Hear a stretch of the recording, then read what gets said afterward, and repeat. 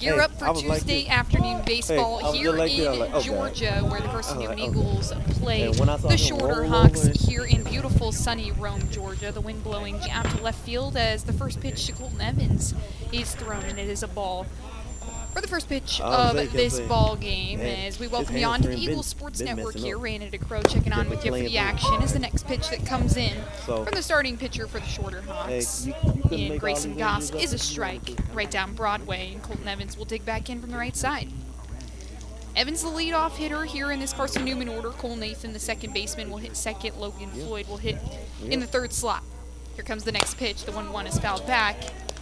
Just chopped into the netting here at the beautiful Shorter Hawks baseball park. Beautiful springtime going on. The trees in bloom all around us as the pollen continues to rain down. Hopefully I don't have an allergy attack halfway through this broadcast. That's something good. And the wind was blowing. It was blowing harder than this. Yeah. Here comes the 1-2. It's cut on and straight up the middle to the shortstop in Brooks McKenna, and Evans can't make the dig in time, so one away for this Shorter defense as we give you the defensive alignment for the Hawks. Wilmer Henriquez is at third base, Brooks McKenna the shortstop, Adams at second base, and Jake Jordan the first baseman. From left to right in the outfield, it is Micah Shipman, Mike Barron, and Tamucci in right. Grayson Goss is doing the pitching, and behind the dish is Tattershaw, and here's Cole Nathan, the second baseman, who hits second in this Carson-Newman order. You had to catch it. First pitch is an off-speed that is in there for strike one. That in-between phase, it was rough. But once again, we're right there. Carson-Newman coming off a weekend series against Tusculum where they win the series, go 2-1. They drop the middle game as the pitch to Nathan is a little too far outside. A good take there by the junior. Nathan, a .279 hitter on the season and hitting second in this Carson-Newman order. Typically he hits a little bit farther down in this lineup, but a little midweek non-conference action for Carson-Newman. He gets a little bit of a different look as that pitch from Goss comes in and is inside. So 2-1 for Nathan. One of the best in the nation in drawing a walk, and definitely the best on this Carson-Newman team in terms of watching pitches go by as Goss comes together, and here's the 2-1. It stamps the outer corner for strike two and evens us up. One out on the board for this Shorter Hawks defense here in the top of the first. Here in Rome, Georgia, the weather about 65 degrees and sunny. And here comes the 2-2. Cut on up the right field line as it curls out of play. It's Tamucci making his way toward it, but he runs into the wall as that one falls out of play. And we'll do it all over again.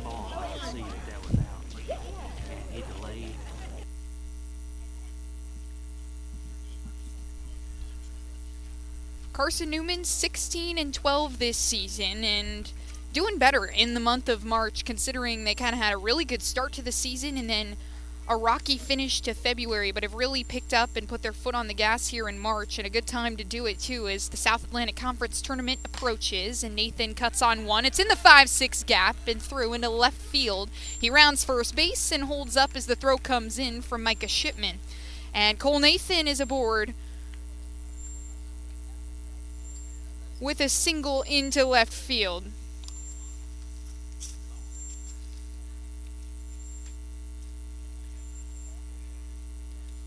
Raina DeCrow with you here on the Eagles Sports Network for all of the action in sunny Georgia as Carson-Newman squares off in a non-conference match with Shorter. The Hawks 11-15 this season as the first pitch to Floyd is at the top of the zone and good for strike one. Logan Floyd, the best hitter in this Carson-Newman lineup, hitting .404 this season and has just been oh so dominant in the batter's box for the Eagles. Consistent on first base, and a reason he was named an all-sack first baseman last year. And here comes the 0-1. Little too low. Oh, no. Hits the bottom of the zone. Strike two. Late call from the umpire comes in behind the plate. And so Logan Floyd now with an 0-2 count. Good job here by Grayson Goss to get on top of this one.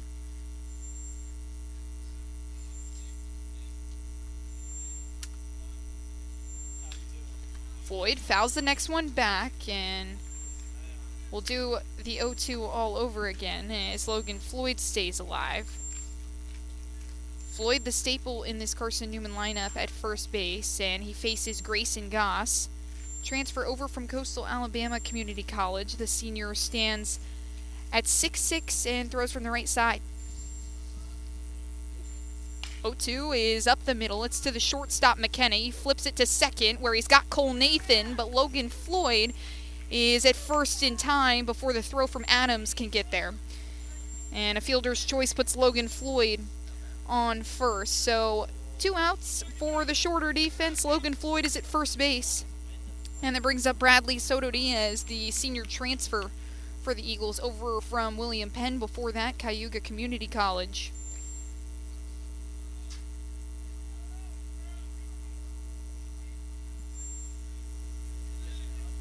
Goss making his 6th start here on this beautiful Tuesday, and he throws the first pitch to Soto Diaz, a breaking ball that misses too far outside for ball 1. Goss is 1-3 in his appearances, holds an 8.84 ERA, and faces a Carson-Newman lineup that is looking for their 2nd win in a row. They won that Game 3 against Tusculum, a 7-0 shutout in Greenville, as Soto Diaz swings through. Logan Floyd took off, and Tattershaw got it. 3 outs for the shorter defense, and Josh Tattershaw showing off his arm behind the dish as he catches Logan Floyd. So that's the top of the first. The Eagles are scoreless, and Shorter will get their first look at the starter for the Eagles, Eli Norris, here when we return on the Eagles Sports Network. Whole starting outfield went down, and then the replacements started going down. And they look, yeah.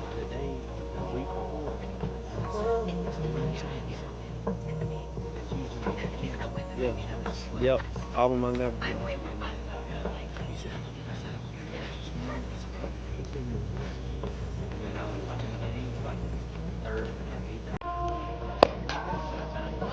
Yeah.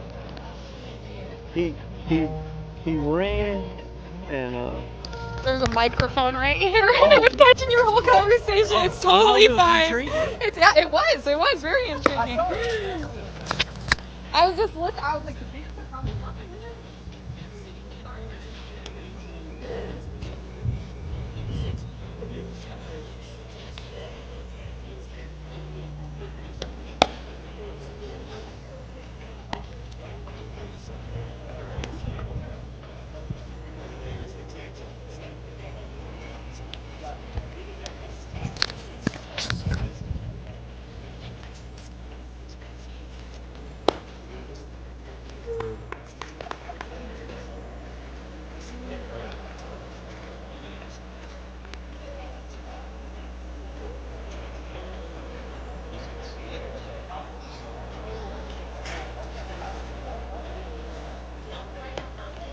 Back here on the Eagles Sports Network, Brandon Crow checking in with you for the bottom of the first here in beautiful sunny Rome, Georgia. And we get our first look at this Hawks lineup here as they face the Eagles starter Eli Norris, getting his first start here in 2026, and a different look for the Carson-Newman Eagles on the mound here as they bring Eli Norris, who's typically more of a closer or a multi-inning reliever, to face this shorter lineup, and he's got Micah Shipman to deal with first.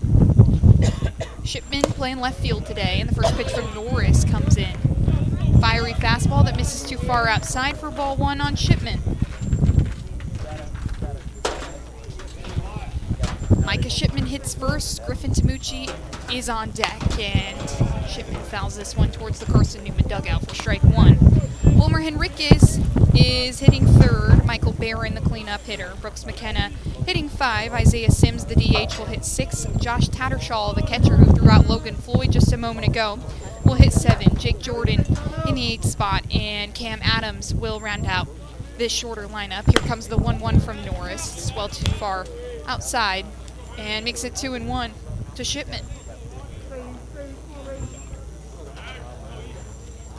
Shorter Hawks 11-15 this season, but 3-15 in the Conference Carolinas, and face up for a non-conference battle as that pitch from Norris hits the plate and bounces into Carson Cochran's glove.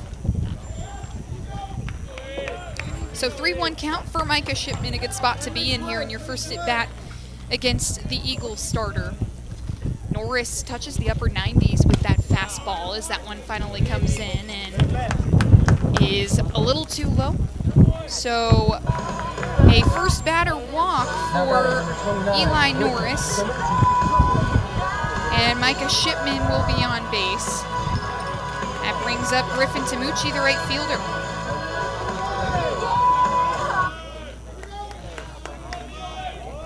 Shipman leads this Shorter Hawks squad in stolen bases. He's 8 for 9 this season. He's got a 2-stride lead off first base, and here comes the pitch from Norris at the knees of Tamucci, and it's good for strike one. Griffin Tamucci, the right fielder, hits from the left side.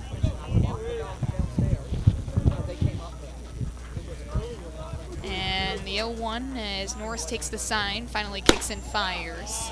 Too far outside. Tamucci, a .302 hitter this season, coming out of Marietta, Georgia. And the sophomore stands at 6'2", transferred over from Augusta not too long ago. As Norris eyes down the 1-1. Here it comes. Nearly hits the back foot of Tamucci, so make it 2-1. To the second hitter in this shorter order. Micah Shipman is at first base. No outs on the board for the Carson-Newman defense. They were held scoreless in the top of the first. And the Eagles trying to get another out-of-conference battle as Norris goes over to Shipman at first. Eagles have done well in their non-conference competitions as they sweep the series against Cedarville and Charleston to open up the year. So they pick up 5 wins there, and then a non-conference battle with Tusculum, which they win, and Norris too low on the 2-1, makes it 3-1. So 2 back-to-back hitters counts for these Shorter Hawks to open things up as Norris tries to shake out the nerves. A different look for him, making a start here today in this midweek matchup. Finally gets in the zone with a cooking fastball and runs the count full for Tamucci.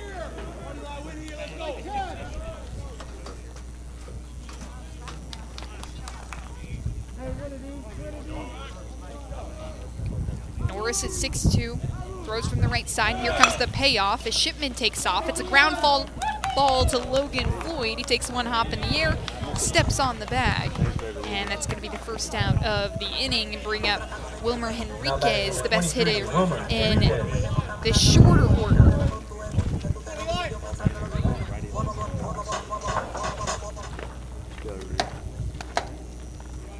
Henriquez, the senior, hits .395 so far this season and is 17th in the Conference Carolinas in terms of batting average. His first look at Norris, and Shipman is at second base after he took off. The pitch comes in from Norris. It's on the upper outer corner and good for strike one. First batter that Norris has started off with a strike here. Norris, the senior, coming out of his home state here in Georgia, gets the start and fires a breaking ball that's well outside. Makes it 1-1.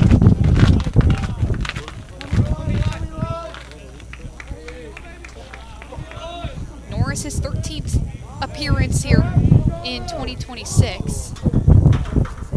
And here comes the 1-1. One out on the board, Shipman at second, and that one is swung on by Henriquez. A high fastball nearly at the shoulders of the senior.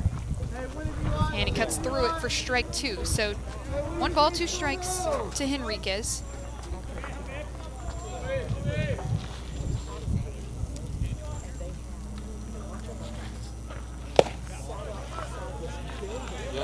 Next pitch comes in too low, makes it 2-2.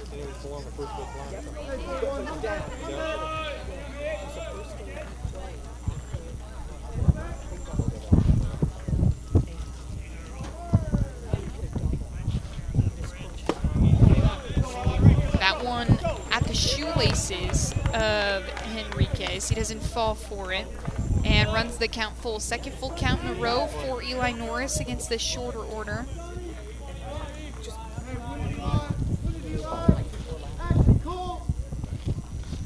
And here comes the payoff. Outside and high, Henriquez will take his base, and the second batter already that Eli Norris has walked here in this ballgame. Now batting number 3. Puts runners at first and second, as Norris a good job to get on top of that count. And brings up Michael Barron, the cleanup hitter. He's got runners at first and second. It's Shipman with speed at second, and Henriquez at first. And Barron, the center fielder, will face Norris. First pitch comes in. It's a hard ground ball that skips to Logan Floyd. He tosses it to second. John O'Pierce can't make the throw back to first on time. Instead, he'll just hold and keep runners where they are. So now runners at the corner. As Barron reaches on the fielder's choice, Wilmer Henriquez is out at second. And there's 2 outs on the board for the Carson-Newman defense, trying to get out of this bottom of the first scoreless. Eagles have done a good job on the road so far this season. Their 15th time under Tom Griffin that they have taken care of business in double-digit numbers on the road. They are 10-6 in road contests this season. And here comes Norris with the first pitch to McKenna. Misses low. McKenna playing shortstop today.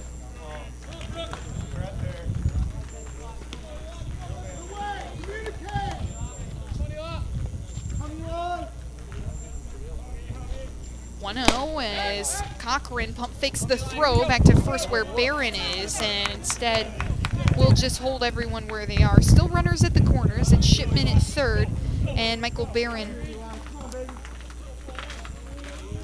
at first.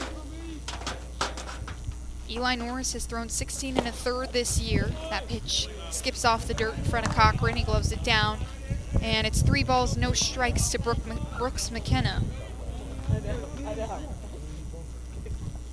1 win, 2 losses for Norris, and a save to go along with it. He holds a 4.96 ERA.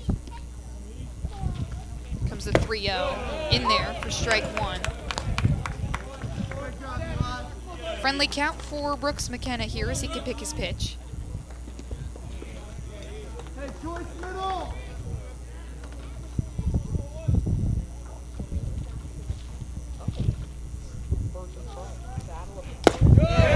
At the knees of McKenna is Norris firing with the fastball yet again, runs the count full.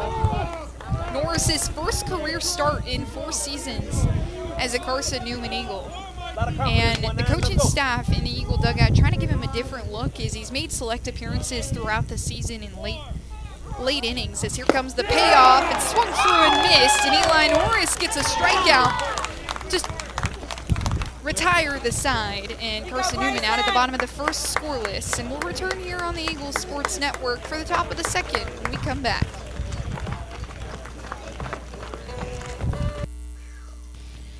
Dorm food got you down? Need a home-cooked meal? Then Lisa's Country Kitchen is for you. Lisa's Country Kitchen has been feeding Carson-Newman students for 15 years. Lisa's has a family-friendly atmosphere all day long. From the morning with their $2.99 breakfast specials to dinner with Lisa's fresh, never frozen steaks. Carson-Newman students get a 10% discount with their student ID. Lisa's Country Kitchen on Route 92 off Old Andrew Johnson Highway. The best food for the best prices. Looking to make your home more comfortable and affordable? Maybe with a new electric heat pump or new attic insulation? And don't forget new doors and windows. AEC is here to help. We have a quality contractor network, easy financing, and incentives for home upgrades. Plus, AEC carefully inspects every job to ensure the highest quality satisfaction. Visit our website at aeccoop.org for applications, contractor lists, and more details. AEC, power what matters most.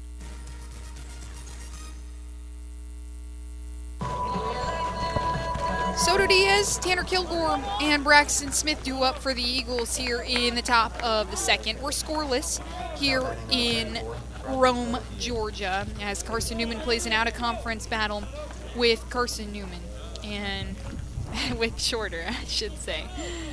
Eagles are 8-4 in March. They've done a good job after going 6-6 in February. They were 1-7 in the sack in the month of February as Soto Diaz squares around for the first pitch bunt. Pulls back, rightly so. That pitch in the left batter's box. Soto Diaz hits from the right side. And the senior from Davenport, Florida, digs in, and the second pitch is a breaking ball that misses low again.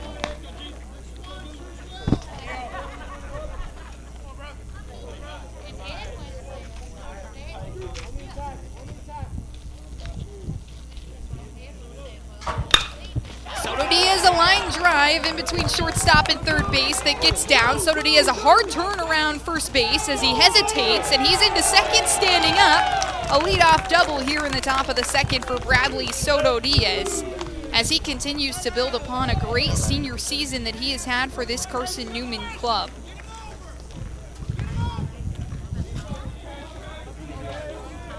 Soto Diaz, his 8th double of the season. That's 15th in the South Atlantic Conference. And he gets on here to put himself in scoring position for Tanner Kilgore, the DH in this game. Kilgore hitting .250 this season.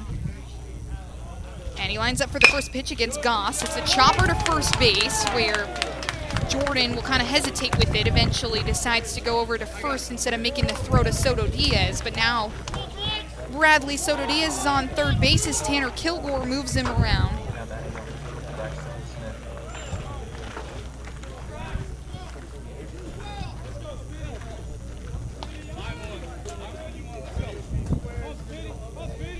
And it brings up the center fielder, Braxton Smith.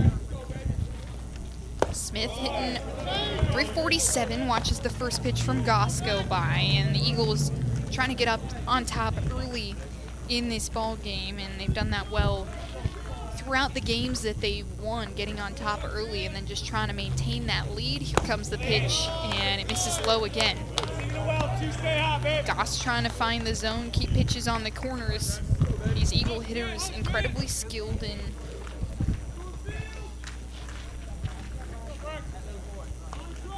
Smith trying to drive around Soto Diaz. He's on third base. There's one out for the shorter defense, and it's a line drive right up the middle. It's going to sneak through. Soto Diaz is in to score. Braxton Smith to turn around first, and he's just going to have a little RBI single here. But a big one here as they get on top of shorter. It's a 1-0 ball game here in Rome, and it brings up the shortstop, Jono Pierce.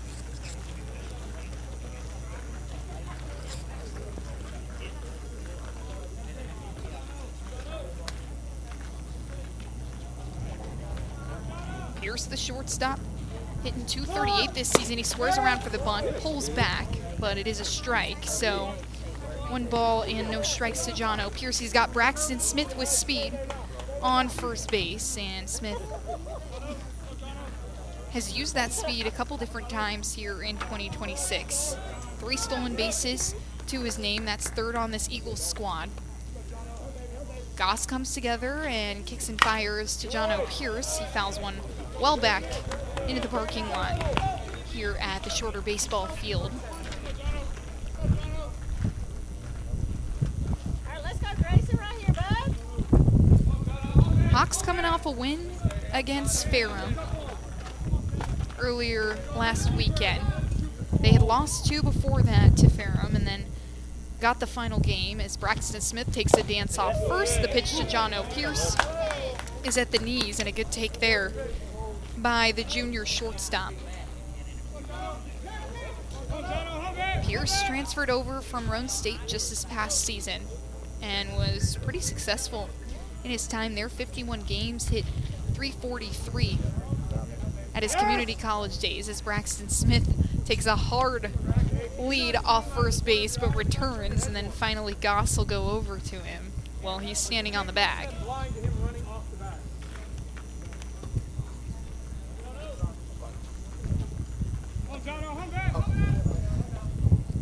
It's a 1-2 count to Pierce, and this one is up the right field side. It's curling. It's going to drop fair right in front of the right fielder, Tamucci. Braxton Smith is making his way around second, and he's into third base standing up. Jono Pierce with a single to put Braxton Smith in scoring position.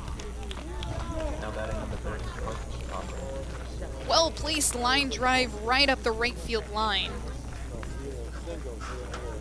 And now Carson Cochran, the catcher, who's had quite the month of March, has a chance for some RBI action here in this top of the second. It's a 1-0 ball game. Carson-Newman leads with 3 hits here in this second inning. And that pitch to Cochran is too low. Mid-shin.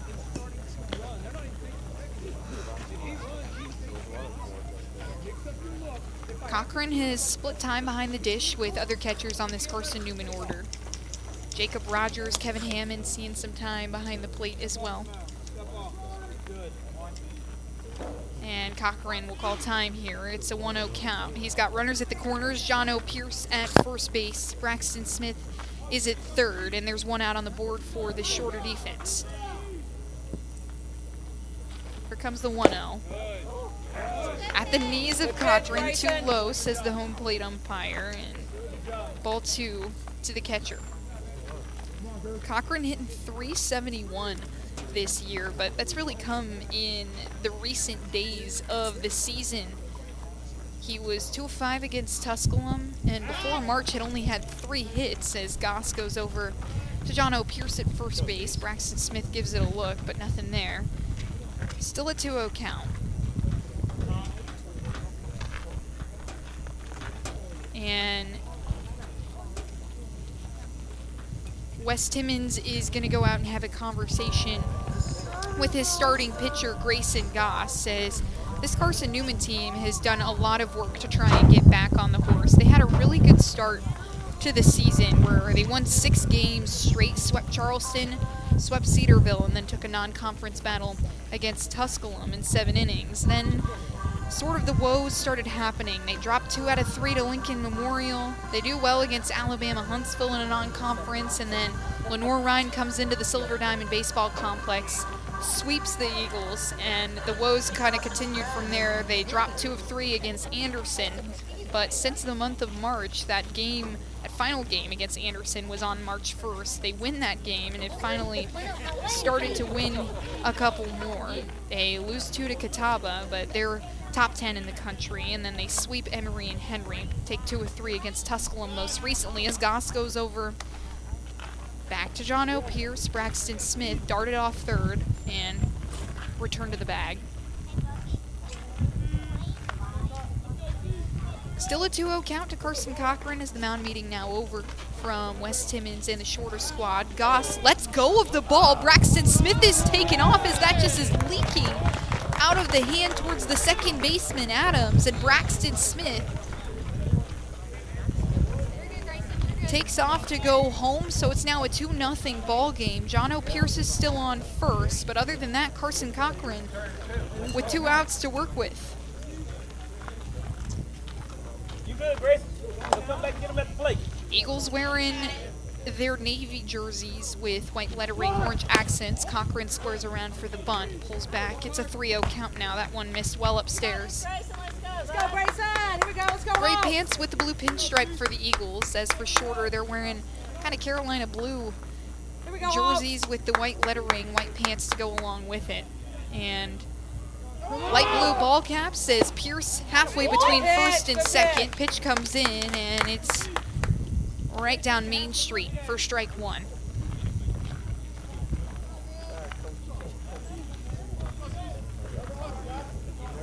Cochran stands at 5'8" in that right batter's box. He's a sophomore out of Franklin, Tennessee.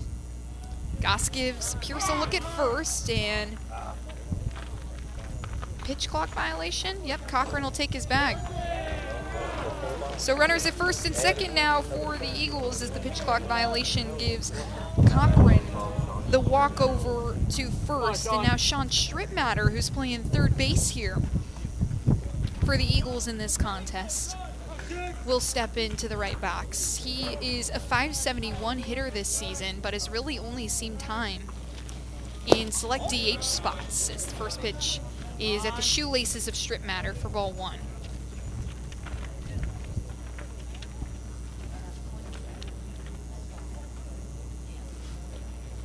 Strittmatter, the junior, hails from Scottsdale, Arizona, and transferred over from Cuesta College. Spent 2 seasons there in California and made his debut with Carson-Newman in the series against Cedarville.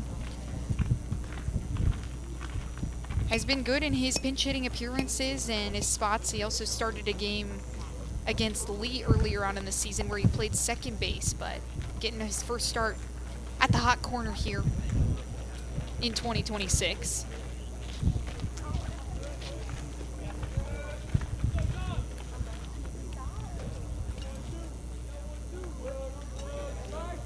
One out count to Strip Matter. He's got runners at first and second and 2 outs to work with, as the only out on the board was a Tanner Kilgore ground ball that was scooped up by Jake Jordan.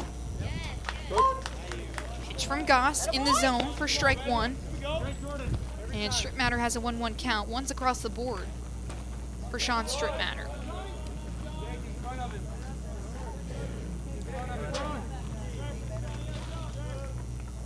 Played in 8 games this season as he swings on this one. It's in between second and first. A diving Adams cannot get there in time. John O'Pierce digging to the plate. He puts a foot on the bag. Carson Cochran's at third, and an RBI for Sean Strip Matter here in his first at bat. A perfectly placed ground ball between second and first. That puts him on first. Now runners at the corners for Carson-Newman as the top of the order can take over. Colton Evans gets his second look at Grayson Goss here.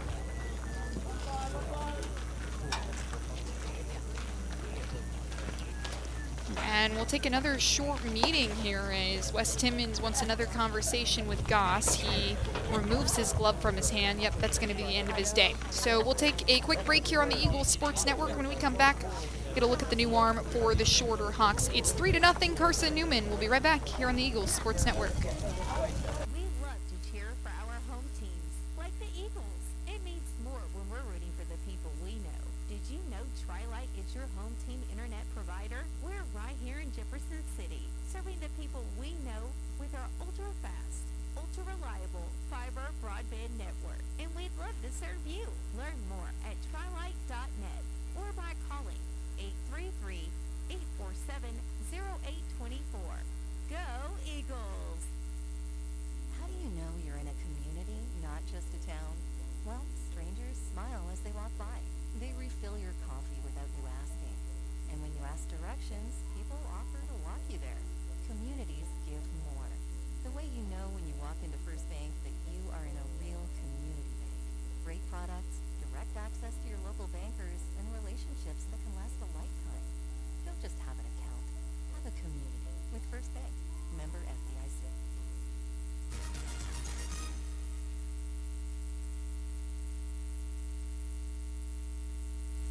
New pitcher on the mound is Evan Joyner for the Shorter Hawks, and he steps into a situation where he's got Carson Cochran at third. Sean Strip Matter is at first after the RBI single in between first and second, and the Eagles are up 3-0 with just 1 out on the board. We'll welcome you back to the Eagles Sports Network. Brandon Crow checking on with you for the action here as Carson-Newman taking on a non-conference battle against the Shorter Hawks. These two teams playing each other in a lot of different ways across the seasons. They played last year here as well. This is the 18th all-time meeting between these two teams, where Carson-Newman trails in the all-time series 9-8. Eagles have won the last 2 in a row against the Hawks, though, and are 8-9 under Tom Griffin. And here comes Colton Evans to try and clean up some runners on the bases. A line drive off the first pitch is going to hop right in front of Micah Barron, and here comes Carson Cochran in to score. Colton Evans with an RBI single here as the Eagles make it a 4-0 ball game in the top of the second, thanks to some base hits here that have come. 5 hits here in the top of the second inning for the Eagles that have just put on an onslaught of runs, so a big inning for the Shorter defense here.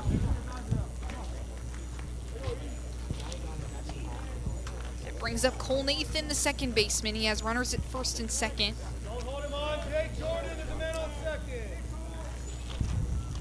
Pitch comes in from Joyner, and it is a strike as Nathan watched it go by. Nathan hit a ground ball into left field in his last at bat. He was the first base runner before he was out on the fielder's choice off a ground ball from Logan Floyd. He has 1 strike, runners at first and second, 1 out for the Shorter defense, and here comes the 0-1. It's upstairs and 1-1 for Nathan now.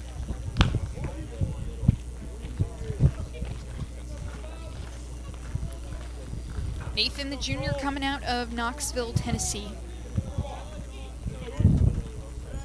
Played all 3 seasons with the Eagles, was an all-sack second baseman. Lines one straight out to center field. Strittmatter's taking a hard turn around third base. Throw is coming into the middle of the field.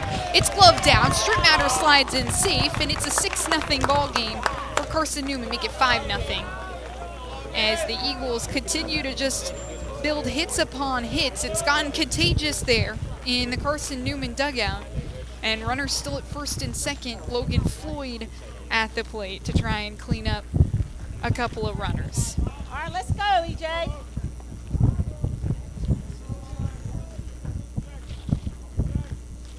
Hard, solid contact from Cole Nathan as Logan Floyd fouls this one up the right field side. It's a 0-1 count. Back-to-back line drives into center field that have brought runners into score. Colton Evans scores Carson Cochran. Cole Nathan scores Sean Strittmatter. This all led off by a leadoff double by Bradley Soto Diaz as Floyd takes outside, and it's 1-1. One out on the board. Runners at first and second as Trey Miller coaches at third base. Luke Goforth is at first. A little bit of a different look as Tom Griffin hangs out in the Eagle dugout.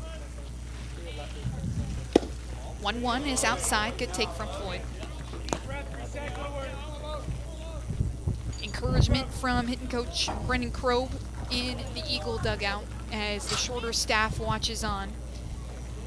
Evan Joyner, the freshman, stands at 5'8". He throws from the right side. And he checks Cole Nathan. Throw gets by Josh Jordan. Colton Evans is wheeling around third. Trey Miller gives him the holdup.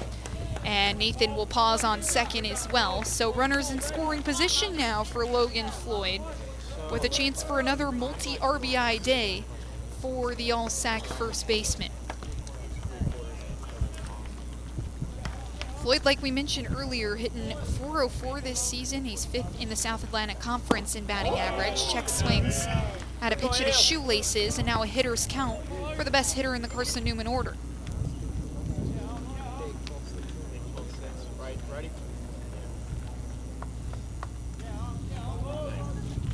One out, here comes the 3-1. Logan Floyd elevates this one into right center field. It's Tamucci making his way underneath it. Colton Evans checks up. He darts off the bag, but won't go anywhere and jogs back in. Let's go! Out number 2 for the shorter defense, and that brings up Bradley Soto Diaz, who led things off here in the top of the second with a double into left center.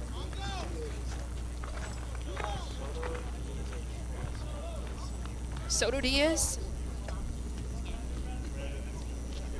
15th in the sack and doubles after that one. That was his 8th of the season. Takes a first pitch strike from Joyner.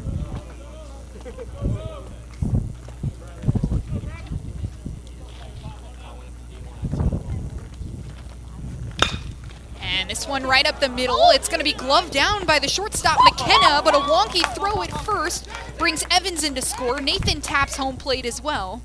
And Soto Diaz wanders back to first base after the coaches were urging Jordan to tag him over there, thinking that he might have turned over to second. The umpires might call him out. Instead, he's going to be safe at first. So the Eagles have exploded for 7 runs here.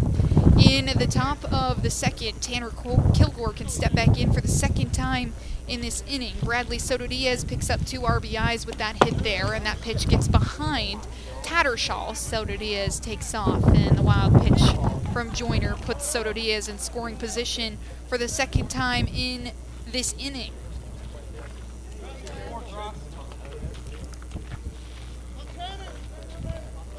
Carson-Newman leading 7-0 right now. And Tanner Kilgore, who grounded out to first base in his last at-bat, he's responsible for one of the outs in this inning, takes the next pitch too far outside. 2 balls, no strikes to Kilgore.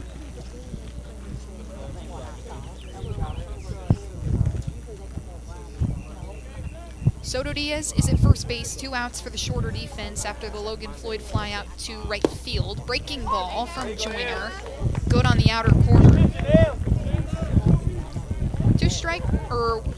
2 balls, 1 strike. 2 outs for Kilgore.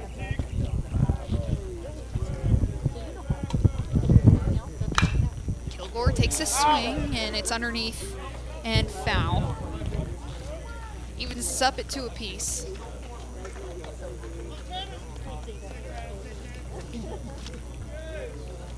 Come on, kids.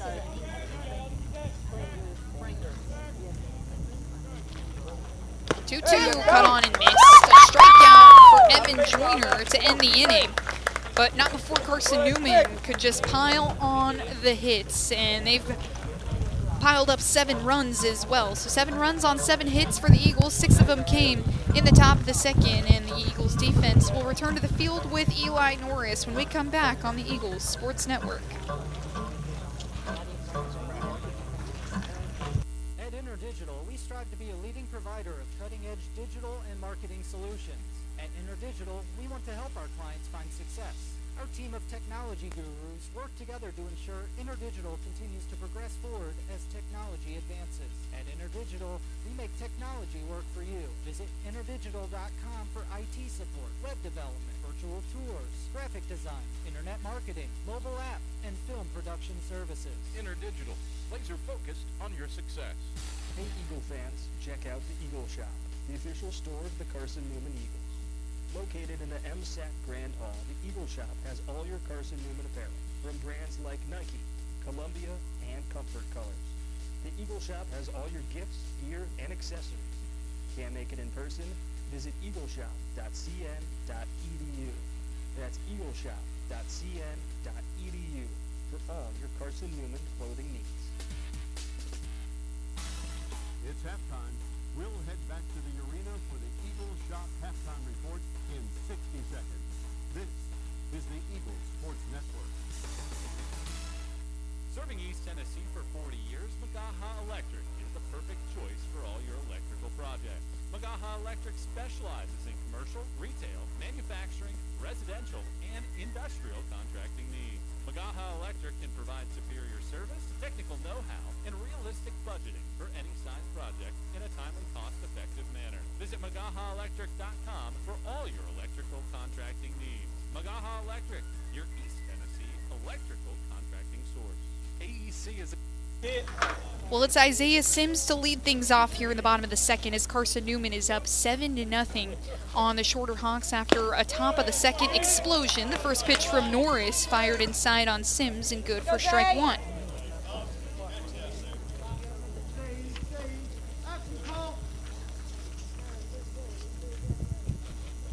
Here comes the 0-1. It's high and away for ball 1. Norris making his first start of his career here against Shorter. Ryan Higgins, the typical Friday starter for Carson-Newman, Colton Kaysen and Christian Henderson. Henderson the game 2, Kaysen the game 3 starter as Sims fouls one. It's bleeding towards third base. Strip matter, a bare hand grab. It's over the head of Logan Floyd. Sims takes off towards second. It's scooped up by Soto Diaz, who's racing in from right field. And Isaiah Sims is safely at second base after the throwing error from Carson-Newman. Now batting number 6, Josh Tattersall. An infield hit turns into a double for Isaiah Sims after that throwing error from Sean Stripmatter, who's getting his first start at third base here in this contest. And now Josh Tattersall, the catcher, will dig in from the right side. So they're going to count Shorter for the hit there, as Sims definitely would have been safe at first, regardless of the throw, as this one is fouled and curling up the right field side. Logan Floyd was tracking it all the way to the wall, but it is well out of play. So strike 1 on Tattersall.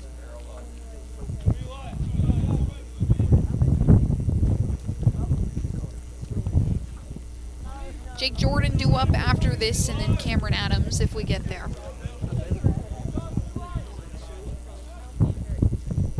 Tattersall, the catcher, he's been the regular starter in that spot, and the next pitch from Norris just misses for ball 1. 1-1 count on the catcher Tattersall. Eagles have gone to a couple different arms in the midweek matchups to try and clean things up as they have their kind of weekend rotation down.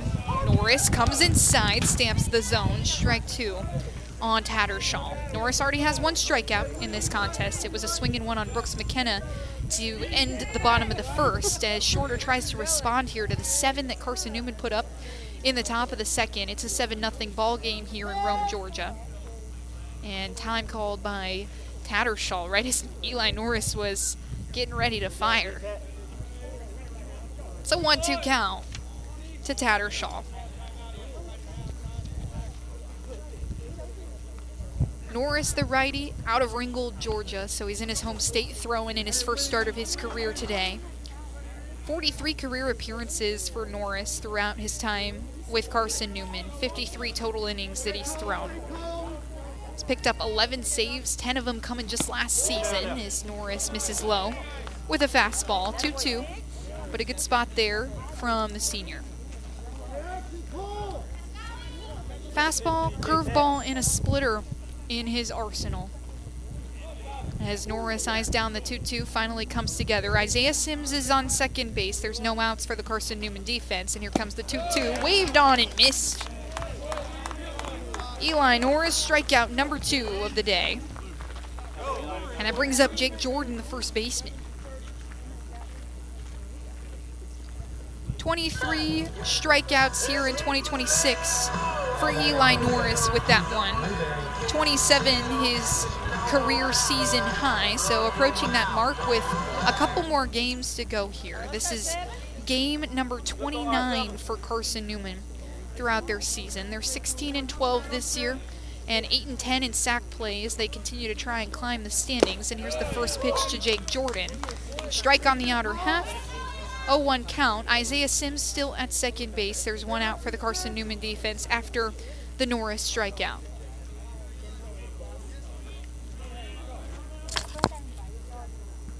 Through a couple innings, well, just one inning against Tusculum on Saturday as Cochran tries to gun down Sims at the bag. Takes one hop into the glove of Cole Nathan. A good read there by the second baseman. Nothing there. 1-1 count to Jordan. Still one out.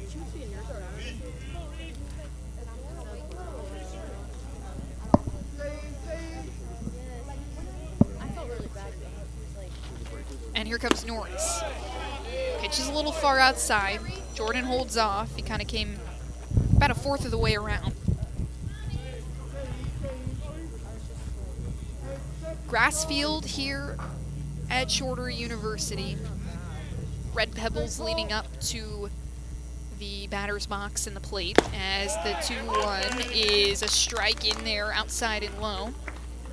Makes it 2-2. Same count that Josh Tattersall had when he struck out. Sims still at second.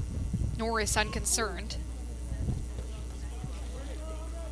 As he steps together, stands tall in the over-the-top motion, misses high as Cochran pops up. Sims jogs back to the bag, and it's full now for Jake Jordan, the first baseman. This is his first look at Eli Norris after Carson-Newman put up 7 runs in the top of the second. We're in the bottom of the second here in Georgia. Norris nods at the sign from Cochran. And here comes the full count. It's fouled back. We'll do it all over again. Jake Jordan staying alive in this count.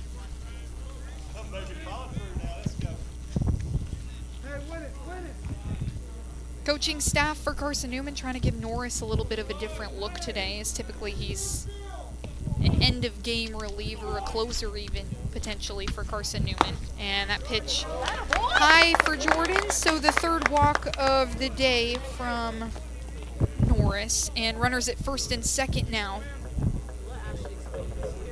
For the Carson-Newman defense, that brings up Cam Adams, the second baseman.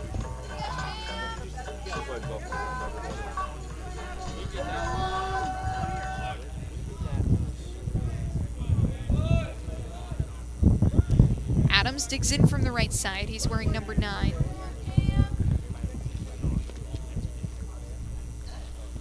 And here comes the first pitch from Norris. Inside and low, strike 1.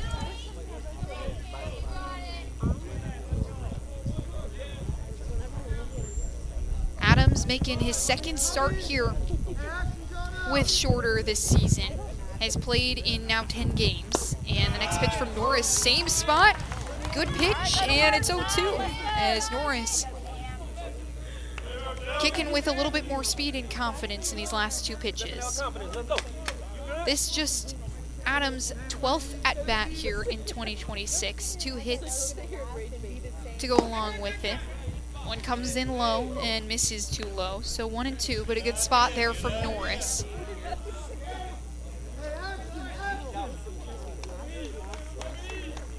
Cam Adams, the redshirt freshman, is 5'8" and playing second base today. And here comes the 1-2. It's fouled off up the right field side over the Carson-Newman dugout, and we'll do it all over again.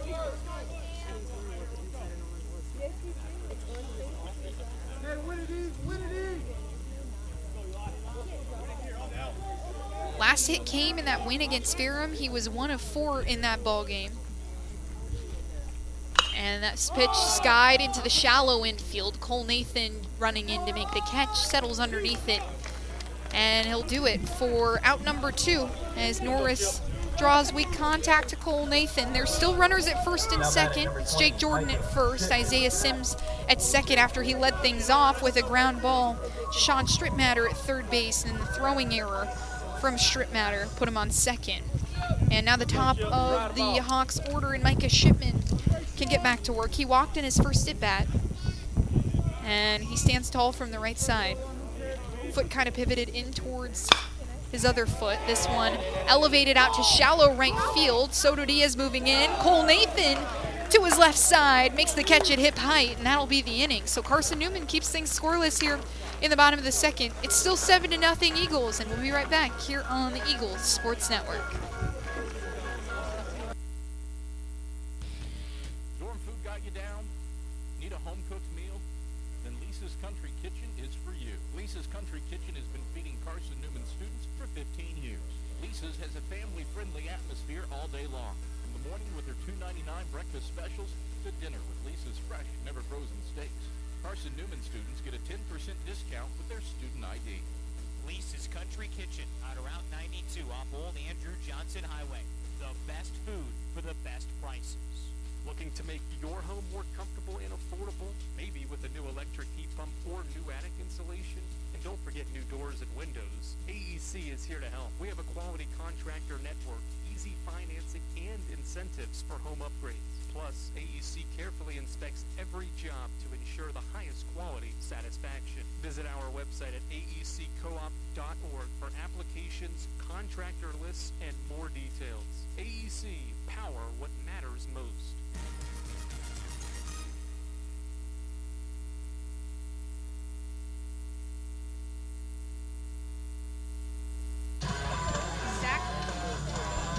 Zach Smith is the new pitcher on the hill for the Shorter Hawks. He throws from the left side, stands at 6'2", 215, and is a junior who transferred over from Florida Southern in 23 and 24.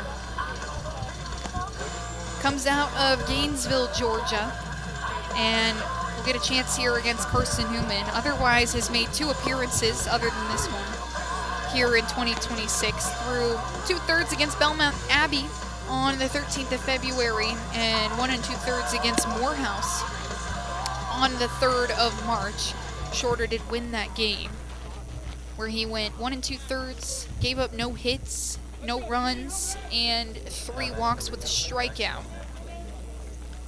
Threw 24 pitches in that ball game, and he'll face Braxton Smith first here, as Carson-Newman will have 6, 7, 8 due up in the top of the 3rd. They are up 7-0 on the Shorter Hawks right now, as Smith squares around for the bunt and pulls back as that pitch too far outside for ball 1.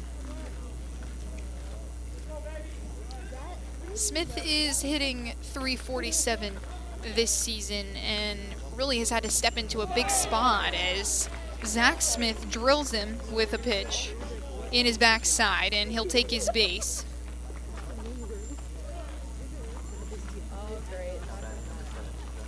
Second free base that Shorter has given up in this ball game. Carson-Newman has done a good job with the hits. They've collected 7 throughout the first 2 frames, 6 in that second inning that ended up scoring them 7 runs. And back-to-back batters that were hit by pitches as John O. Pierce turns around and leans into that one.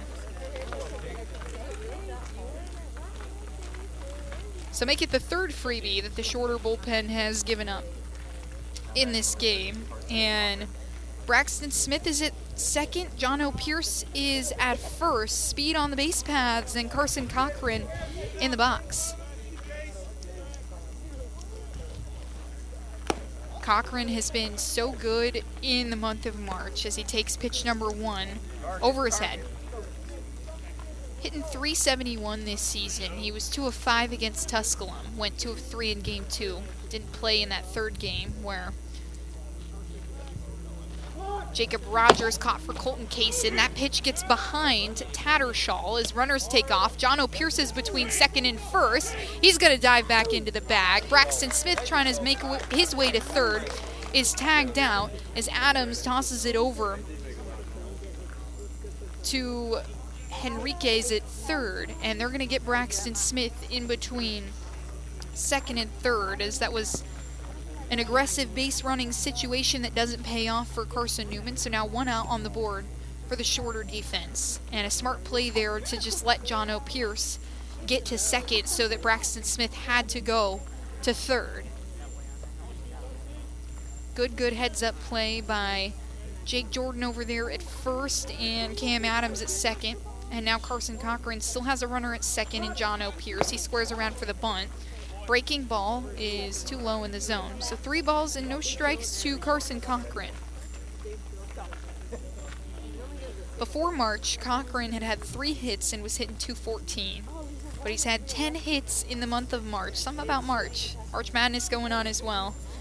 And is hitting .476 here in the 3rd month of the year. Next pitch is in there for strike 1. 3 balls and 1 strike on Cochran.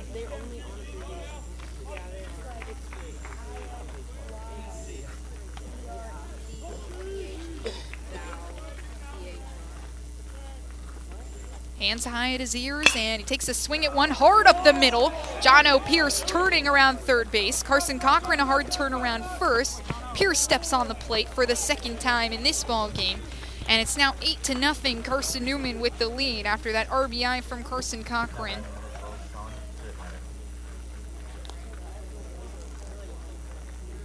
Has now been on base in both of his plate appearances after that ground ball up the middle. That brings up Sean Stripmatter, the 3rd baseman.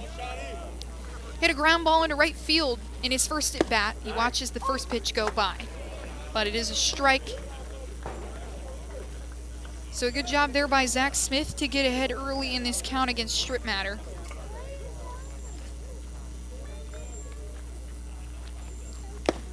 Pitch number 2 is a little too far outside as Smith tried to go back to that same spot, and it's 1-1. 1 out for the shorter defense. Carson Cochran is at first base, and Sean Stripmatter is in the right batter's box. Points his bat high into the air and finally digs back in a wide stance. Next pitch is an off-speed that's on the mark. 2 strikes and 1 ball for Sean Stripmatter.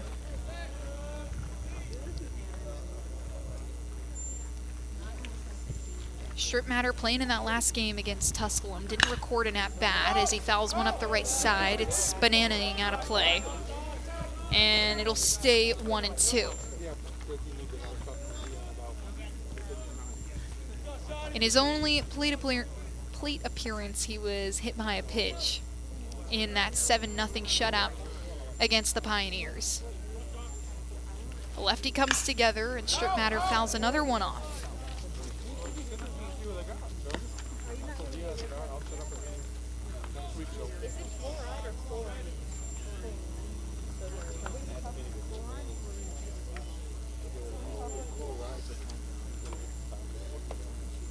Comes the 1-2 for the 3rd time. Stripmatter to the shortstop and McKenna. He flips it to Adams at first, and the throw to Jordan at first is not there. He's off the bag, so Carson Cochran will be out at second. They get the leadoff runner, and there's 2 outs now. Sean Stripmatter reaches on the fielder's choice, and that brings up Colton Evans for the 3rd time in this ball game. It's still 8-0 Eagles. 2 outs for the shorter defense here in in the top of the third after the Eagles have scored now in back-to-back frames. Evans hitting .291 this season, cuts through the first pitch. It was an off-speed. He was well early on.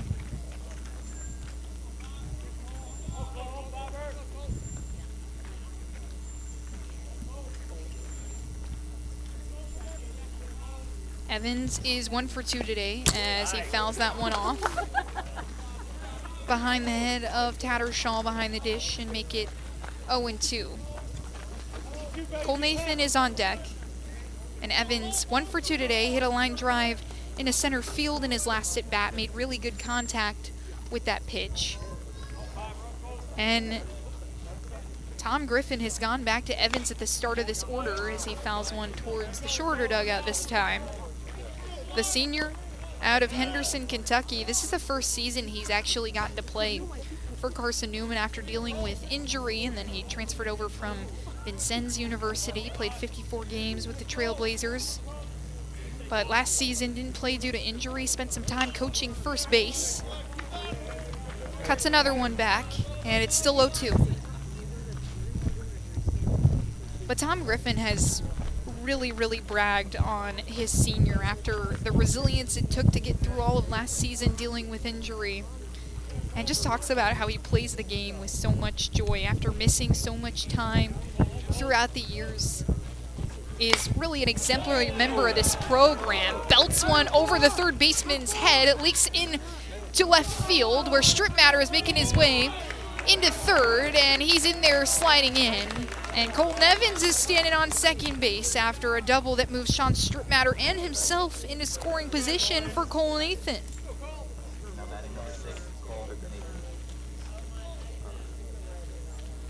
Hard hit ball by Colton Evans into left field, all the way to the left field corner. And he gets a double here in the top of the third. It's still 8-0 Carson-Newman. Cole Nathan now with 2 runners in the scoring position.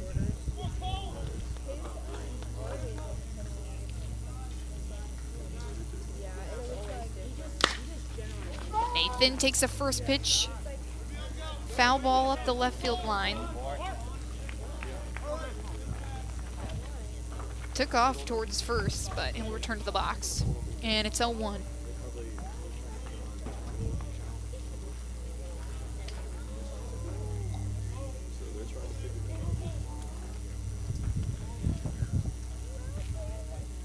Runners at second and third, 2 outs as Nathan rips one into the 5-6 gap. He'll have his second and third RBIs of the game as he turns and burns around first. He's into second standing up. Scores both Stripmatter and Evans. And it's 10-0 Carson-Newman here in the top of the third. Cole Nathan now 3 for 3 today with 3 RBIs, and that brings up Logan Floyd. Floyd is just one of 3 Eagles yet to record an RBI in this game. And one of few that's yet to record a hit as he belts one up the right field side. It's going to leak foul, but he got a hold of that one. Good contact there from Floyd.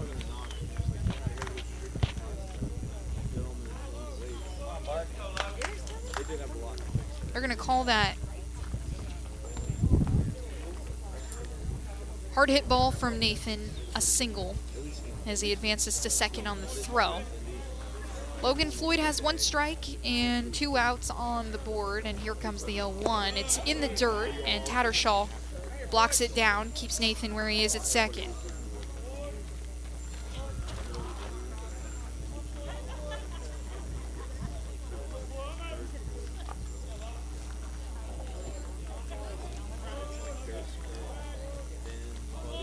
One. Too far outside. Floyd is 0 for 2 today. Reached on a fielder's choice in his first at-bat.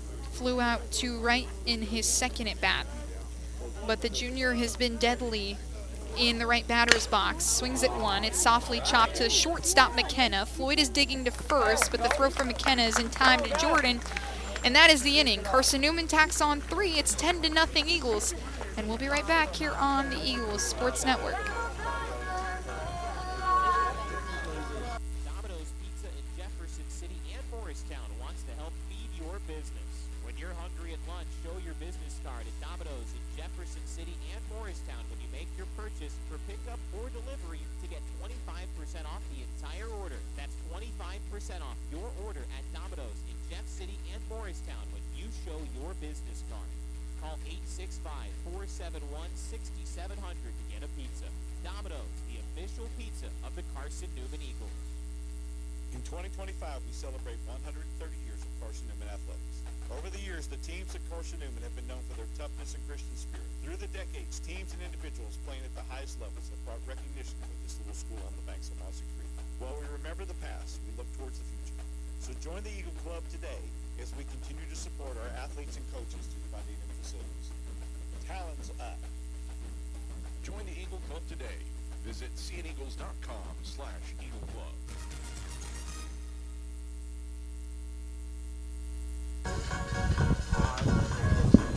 Well, the Eagles are up 10-0 right now on the Shorter Hawks as we move into the bottom of the third. Randy DeCrow back with you here on the Eagles Sports Network as the Eagles continue to pile up hits. They collect 3 in the top of the third to put 3 runs on the board, and now Eli Norris returns for inning number 3 of work against this Hawks lineup. It's Griffin Tamucci, Wilmer Henriquez, and Michael Barron when we come to this first pitch of the inning. And here's Tamucci. He swings from the left side, and Norris, the first pitch to him, is a little too low. Carson Cochran tried to bring it up, and the umpire gives him a pass. Says, nice try.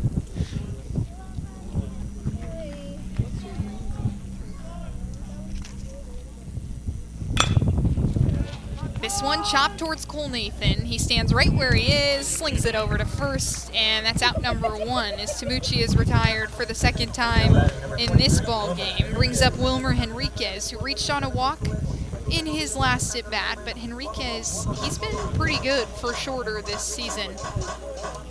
Has the highest slugging percentage of anyone on this Hawks team, and the first pitch from Norris in there for strike 1.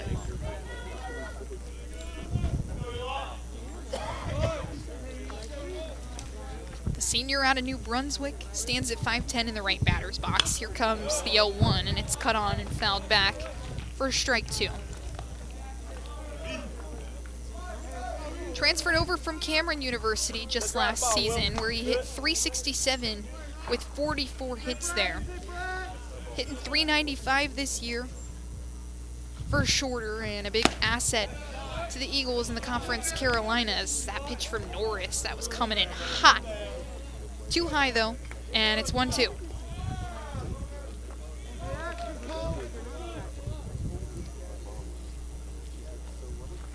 Comes the 1-2. It's an off speed that misses high and away again. And Henriquez now with a 2-2 count. 1 out after Griffin Tamucci grounded out to Cole Nathan at first base. Good week last week for Henriquez. He was 7 of 13 against Ferrum as he waves on and misses that one. Strikeout number 3 of the day for Eli Norris. 2 outs here in the bottom of the third as Carson-Newman leads 10-0. And it brings up Michael Barron, the center fielder for the Hawks.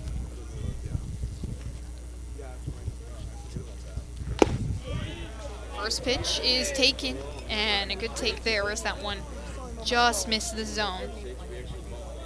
1-0 count for Michael Barron. 3 strikeouts for Norris as this one is fouled back into the netting, makes it 1-1. Is the highest strikeout count since he had 4 against Catawba on the 6th of March. His career high in strikeouts is 6. He had that in the final game against Anderson where he went a career high 5 innings in relief. And here comes the 1-1. Off speed, just misses too low. Makes it 2-1.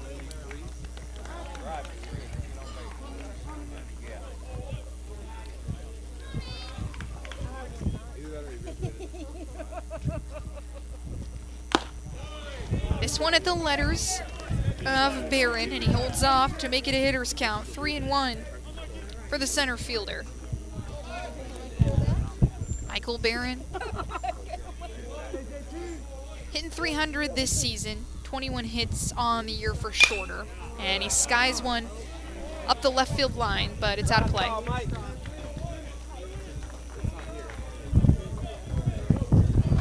The shorter team pretty solid in terms of hitting home runs. They're 5th in the Conference Carolinas in total home runs. They've got 40 this year.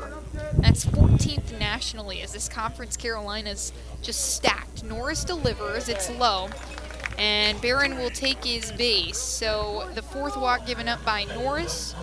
It hasn't got Carson-Newman in trouble yet, given the Hawks free bases, but never want to see that as they're trying to get Eli Norris back in the groove after a couple of spot appearances throughout the month of March. It brings up Brooks McKenna, the shortstop, who struck out in his first at bat.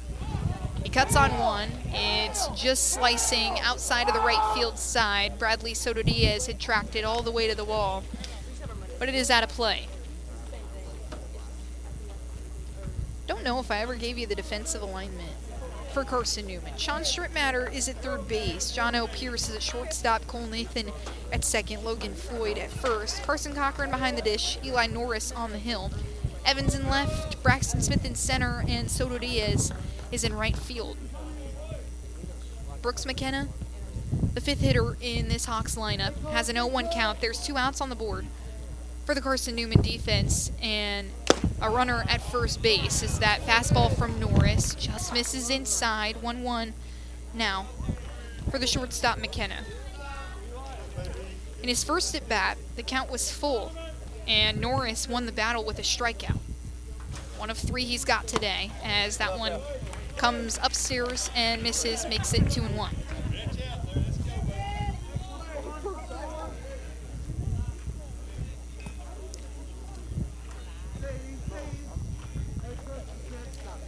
McKenna, the freshman, redshirt freshman, transferred over from Sanford, the D1, just this past year where he redshirted. He's a .245 hitter this year, and that pitch from Norris at the shoelaces of McKenna makes it 3-1. He's played and started in all 26 games for Shorter, who is 11-15 on the year, and here comes the 3-1, low again. So back-to-back walks from Eli Norris after the strikeout against Wilmer Henriquez. Moves Michael Barron over to second base and brings up Isaiah Sims, who has the lone hit of the day for Shorter. A ground ball to Sean Strittmatter that was just leaking up the third base line, so he reaches first, and then Strittmatter decides to throw it over to Logan Floyd. Misses the bag completely. Isaiah Sims gets to second. That was how he got on to second in his last time around. That pitch from Norris is a fastball that misses low and away. And Carson Cochran wants a conversation. Pitching coach Jason White will come out and chat with his senior as well, trying to work things out on the hill. Norris now with back-to-back walks, 3-1 counts in each of them, and Cochran returns behind the plate. Tom Griffin has just spoken so much about how good Carson Cochran has been in calling the game behind the plate. Very, very kind in his praises to his catchers, as this Carson-Newman squad has quite a talented group of catchers, whether it be Kevin Hammond, Jacob Rogers, and Jamison Van Ness. As Sims cuts on one, it's all the way back, and Braxton Smith is underneath it in left center to glove it down, and that'll be the inning. So Eli Norris gets out of the bottom of the third scoreless for the third straight. Eagles still up 10-0 on the Shorter Hawks, and we'll be right back here on the Eagles Sports Network, where it's Bradley Soto Diaz, Taylor Kilgore, and Braxton Smith when we come back. Dorm food got you down? Need a home-cooked meal? Then Lisa's Country Kitchen is for you. Lisa's Country Kitchen has been feeding Carson-Newman students for 15 years. Lisa's has a family-friendly atmosphere all day long. In the morning with their $2.99 breakfast specials, to dinner with Lisa's fresh, never frozen steaks. Carson-Newman students get a 10% discount with their student ID. Lisa's Country Kitchen on Route 92 off Old Andrew Johnson Highway. The best food for the best prices. Looking to make your home more comfortable and affordable? Maybe with a new electric heat pump or new attic insulation? And don't forget new doors and windows. AEC is here to help. We have a quality contractor network, easy financing, and incentives for home upgrades. Plus, AEC carefully inspects every job to ensure the highest quality satisfaction. Visit our website at aeccoop.org for applications, contractor lists, and more details. AEC, power what matters most.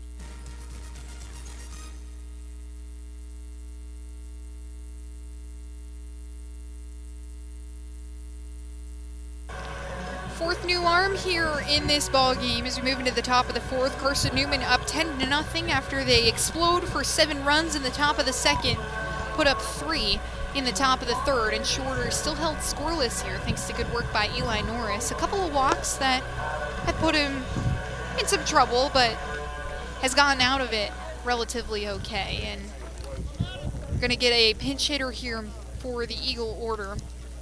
Maddox Green is going to come in for Bradley Soto Diaz and see his first pitches here in this ball game. He faces the new arm for the Shorter Hawks that fires from the side and misses the zone for ball 1 on the freshman Maddox Green. New pitcher is Brody Bawija, and that pitch from him is outside and good.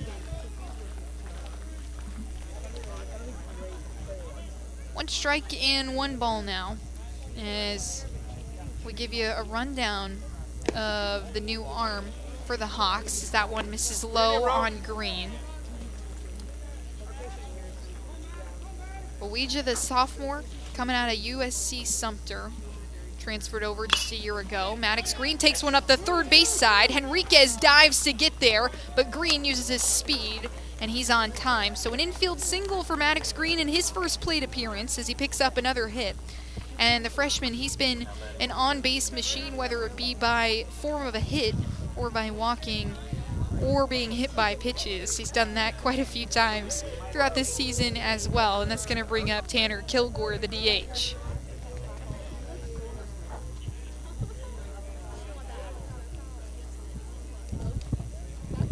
So Green's on first with no outs, and here comes Tanner Kilgore for his third plate appearance. He checks swings, but comes nearly all the way through for strike 1.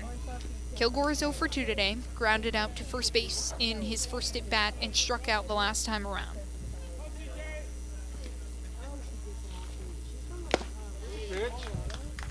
Kilgore waves through the next one, so make it 0-2 as Bawija trying to settle in here after that first hit from Maddox Green.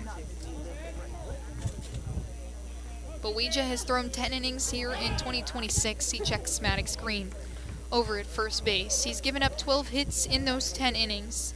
Most recently made an appearance in the win over Ferrum where he threw 2 1/3. Gave up a hit, gave up a run, a walk, and 2 strikeouts to go along with it. And here comes the next one to Kilgore. It's away for ball 1.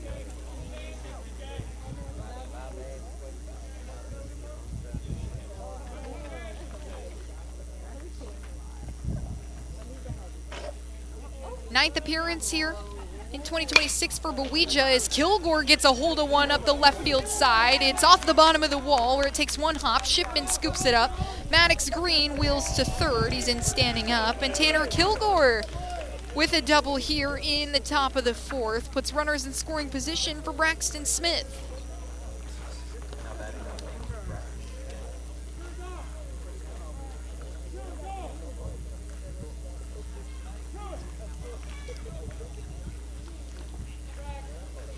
Luke Goforth collecting Tanner Kilgore's articles over there on second, his elbow guard and shin guard as well. Maddox Green is at third base, and Braxton Smith is at the plates. There's no outs on the board, and here comes the first pitch from Bawija. It's good on the outer half for strike 1.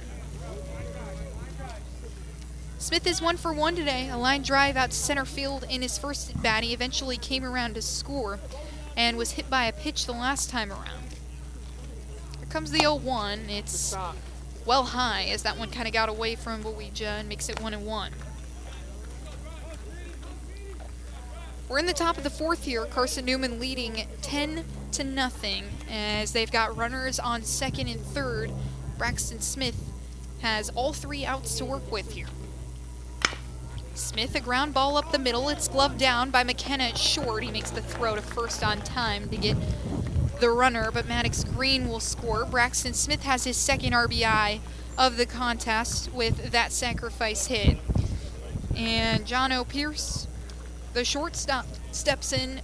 He scored both times he's been to the plate, has come around to score, so responsible for 2 of Carson-Newman's runs. But is also 1 for 1 today. A line drive up the right field line and was hit by a pitch the last time around. Takes the first one from Bowegia. It's too far outside for ball 1.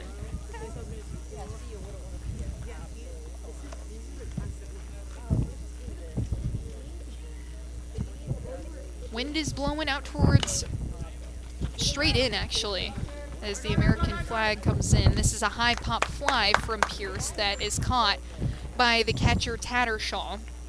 And that puts 2 outs away for the shorter defense. Carson Cochran will now be pinch hit for by Ian Hubbard.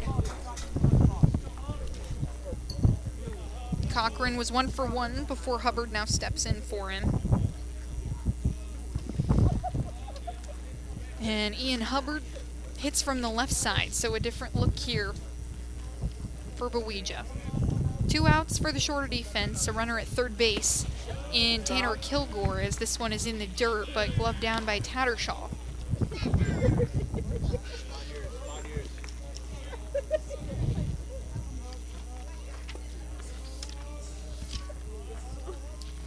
Hubbard is hitting 190 this season, and that pitch is on the outer half on the lefty and good, so 1-1 count for Hubbard.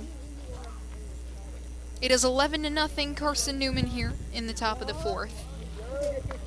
Shorter still yet to score a run in this ball game as Hubbard takes the next one at his knees and outside for ball 2. Fill it up, bro.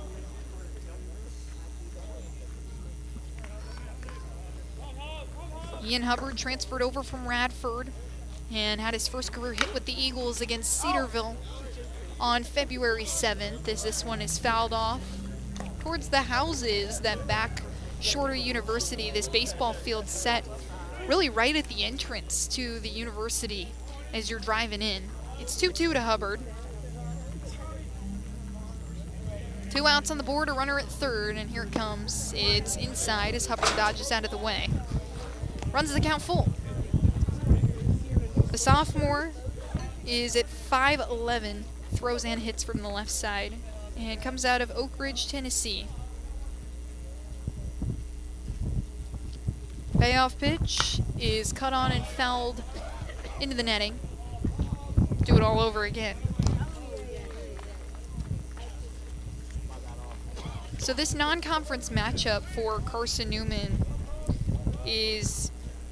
comes on the unfortunate end for Shorter, because the Eagles have been really good in non-conference matches. More than half of the Eagles' wins this season have come in non-conference matches, and more than half of their wins have come in March, as Hubbard elevates a blooper to the second baseman Adams, and he makes the catch for the final out of the inning. So just 1 run scored for Carson-Newman in the top of the fourth. It's 11-0, and we'll be right back here on the Eagles Sports Network.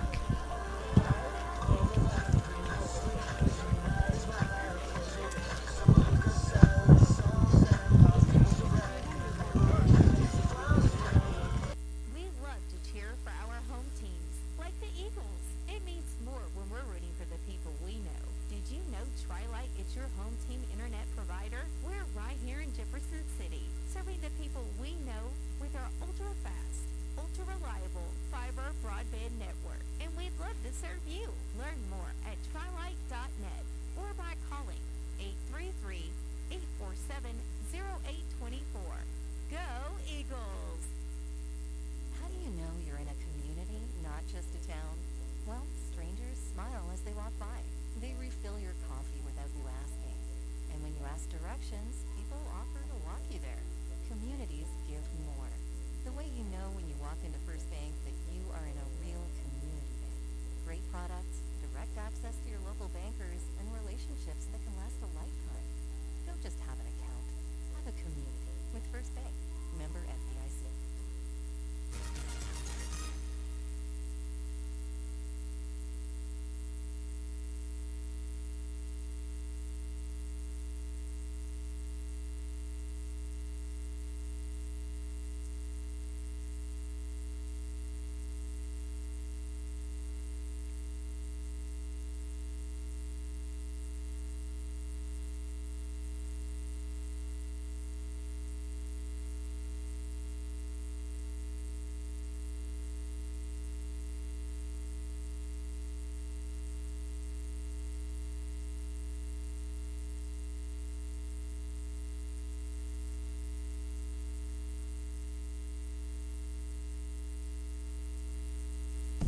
Well, we're back here on the Eagles Sports Network where Drew Fletcher takes over duties for Eli Norris here in the bottom of the fourth as Carson-Newman leads by a score of 11-0 in the first pitch from Fletcher to this shorter lineup.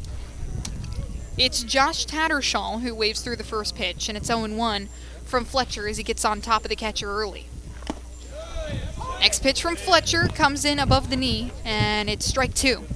Good job by Fletcher, who has been the Eagles' midweek starter as of late, but they give Norris the start here in this midweek matchup. It is 11-0, so they bring in Fletcher to give Shorter a different look, and that next pitch is low and away for ball one, the first ball that Drew Fletcher has thrown. Catcher behind the dish is Kevin Hammond, as Carson Cochran was pinch hit for by Ian Hubbard. And Tattersall is caught on the off speed. He strikes out for the second time in this ball game. That's strikeout number one for Drew Fletcher.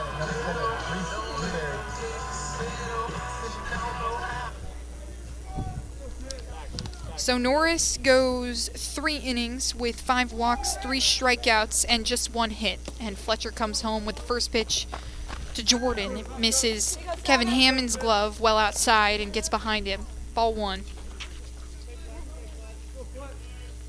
So the senior gets the start. The freshman gets the relief appearance here in this midweek match. Fletcher has been pretty good so far this season, as this one hops off Kevin Hammond's shin pad into the chest of the umpire. He'll call a quick timeout, but it is a strike.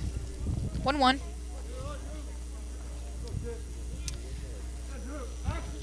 Fletcher with 6 appearances here in his freshman season, this being his 7th. The line drive ripped up the third baseline is out of play for strike 2.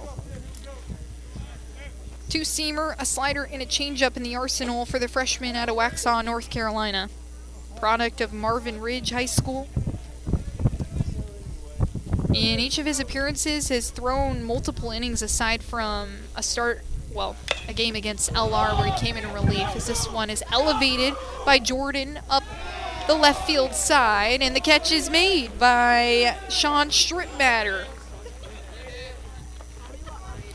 So 2 away now for Drew Fletcher in his first 2 batters, and that brings up Cam Adams, the second baseman. Adams is 0 for 1 today. He flew out to Cole Nathan at second base in his first at-bat. That was in the bottom of the second. Shorter down 11-0 right now. And Fletcher kicks and fires the first pitch to Adams. That is fouled away. In Fletcher's last appearance, he went for 4 innings against Lee, where he gave up 6 hits, just 1 run, and a walk. No strikeouts, though. Picked up his first win of his collegiate career earlier on in February against Alabama Huntsville, as he fires a fastball to the outer half, and it's 0-2. Works a lot off contact. 2 of his strikeouts came in that first win against Alabama Huntsville. 3 against Trevecca Nazarene on the 3rd of March. And here comes the 0-2. Misses well outside, gets away from Hammond. 1-2 from Drew Fletcher. Holds a 4.74 ERA this season. Has allowed couple of hits, and he comes inside on Adams for ball 2.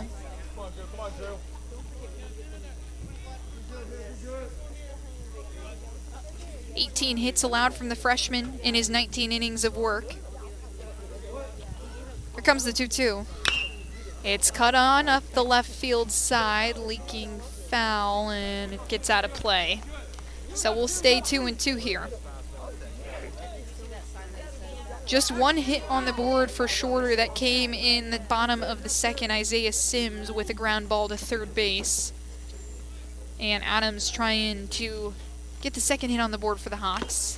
Fouls another one back. Good battle here from Cam Adams, the second baseman.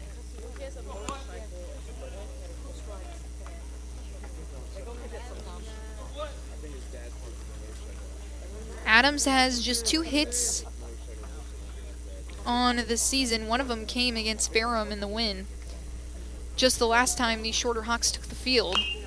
And Adams skies one up behind the plate. It's out of the reach of Kevin Hammond.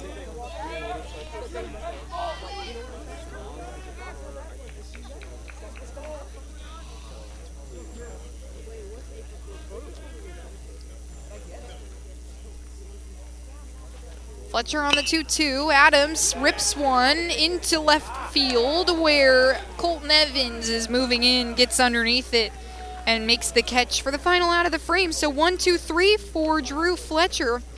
And that'll bring up Carson-Newman's order, where we have Sean Strittmatter, Colton Evans, and Cole Nathan due up when we come back on the Eagles Sports Network.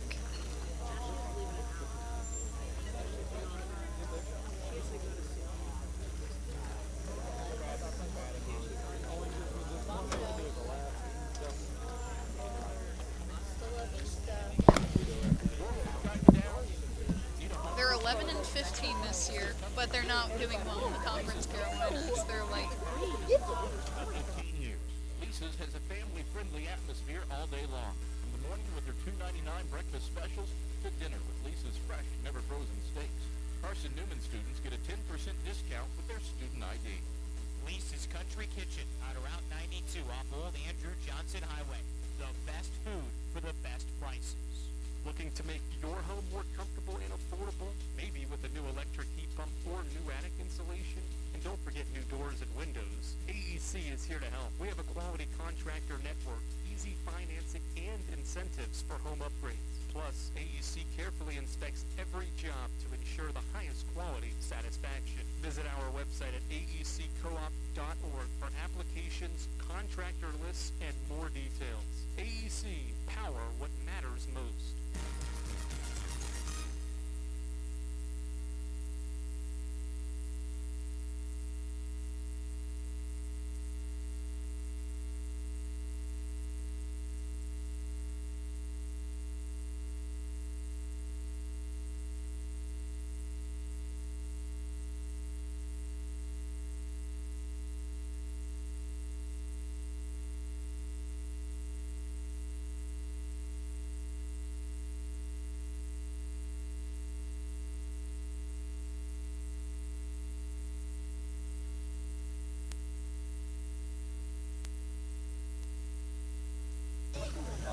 Well, the lefty Dakota Corntassel will take over on the hill for Shorter. He throws from the left side, stands at 5'10", and the redshirt freshman transferred over from Gordon State just a year ago. And he has to face Sean Strittmatter first.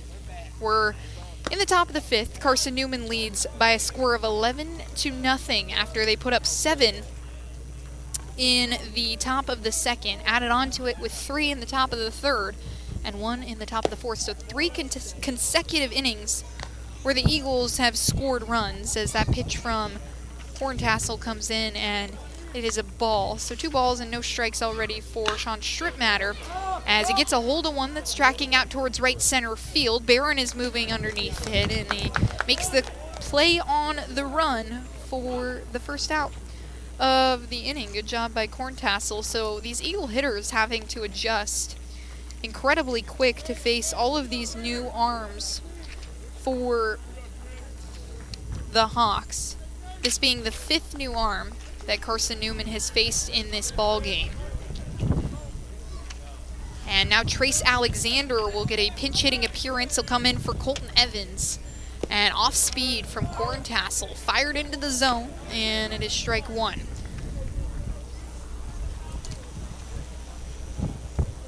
Alexander hits from the right side. This is his first look at any pitches in this game. And Corntassel goes back to the fastball and misses low. Lots going on in Carson-Newman land today as the Eagles softball team is on the road against the Tusculum Pioneers for a midweek conference series, and Alexander holds off of the 1-1 to make it 2-1.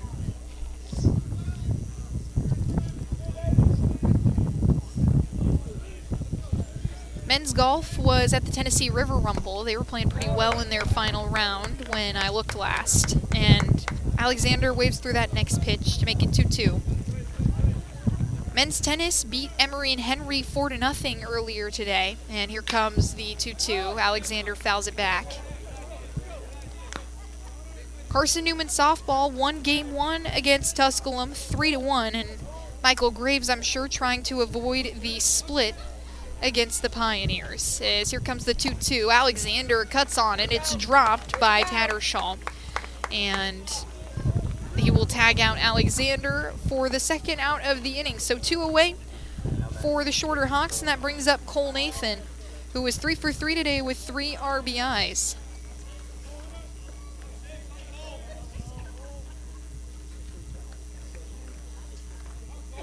Carson-Newman women's basketball plays in the Elite Eight tonight as Cole Nathan fouls that one up the third base side. They play number 2 Grand Valley State at 6 p.m. in Pittsburgh, Pennsylvania. Andrew Rogers will be on the call for that one. And it's going to be an exciting one for the Eagles, making their Elite Eight appearance under Mike Mincy as Cole Nathan holds off of a breaking ball from the lefty, and rightfully so. It misses low, so 1-1 with 2 outs. Nobody on base.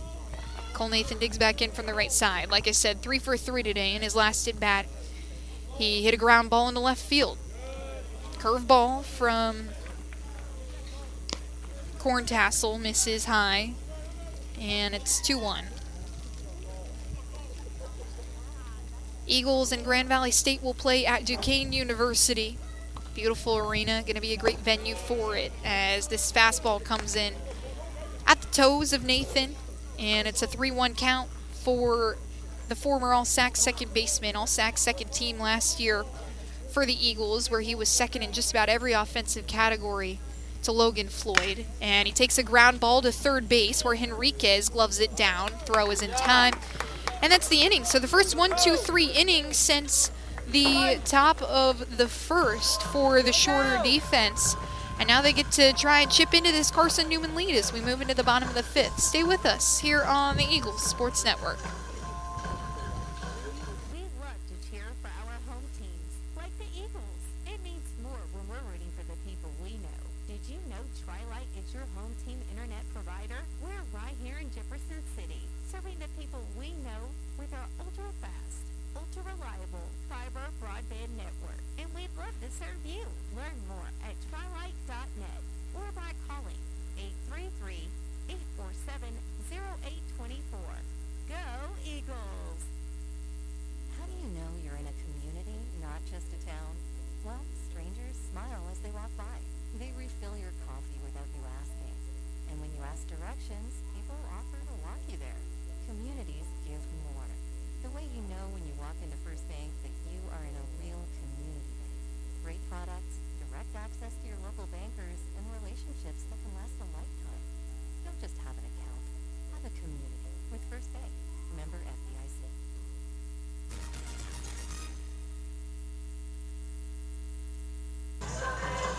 We're in the bottom of the 5th here in Rome, Georgia, where Carson-Newman is facing the Shorter Hawks, and the Eagles will bring on Drew Fletcher for his second inning of work after a 1-2-3 bottom of the 4th. The Eagles up 11-0 on Shorter right now at the Hawks' home ball field, and they've done a good job putting up runs throughout this game. A 7-run explosion in the top of the 2nd, but other than that, 3 runs in the top of the 3rd, 1 in the top of the 4th, and the Hawks just with their first 1-2-3 innings since the top of the 1st. So that brings up Micah Shipman to the plate to face Drew Fletcher for the first time. Josh Chattersall, who hit 7th, was the first Hawk to see Fletcher, and that pitch from Fletcher comes inside on Shipman for ball 1.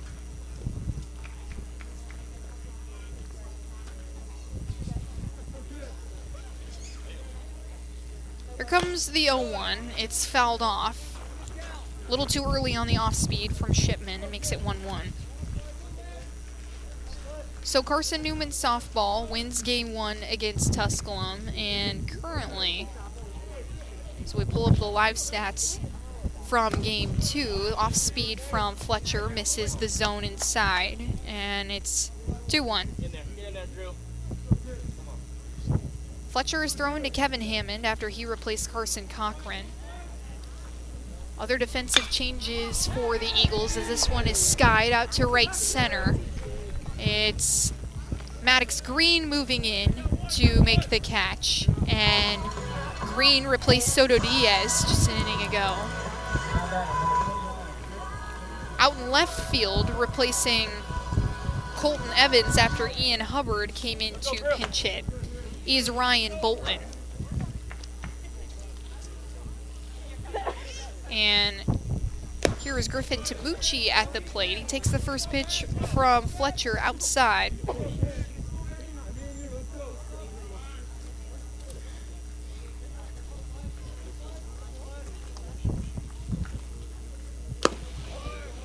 Next one is outside and high as Kevin Hammond tells Fletcher to settle in here.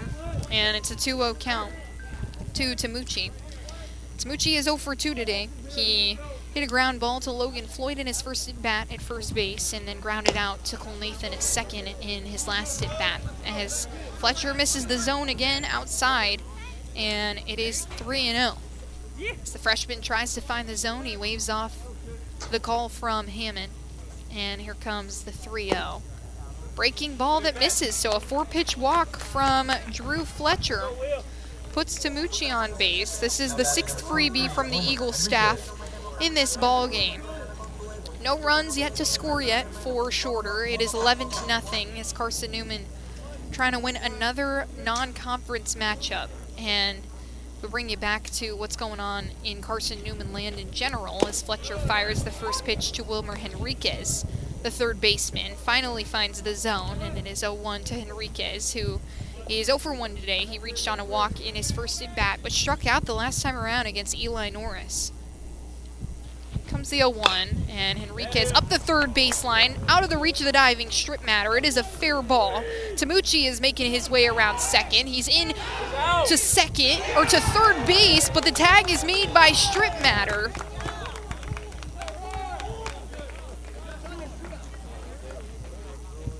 Good throw from Ryan Bolton in to Strip Matter at third. And the tag is laid down to put 2 away for this Eagle defense. That puts Henriquez at second base after the Eagles were concerned with getting the leadoff runner. Would have had a single anyway, so they'll count that for the second hit of the ball game. And Wes Timmons wants a conversation with the officiating crew, and I think rightfully so. That was a pretty close play over there at third base.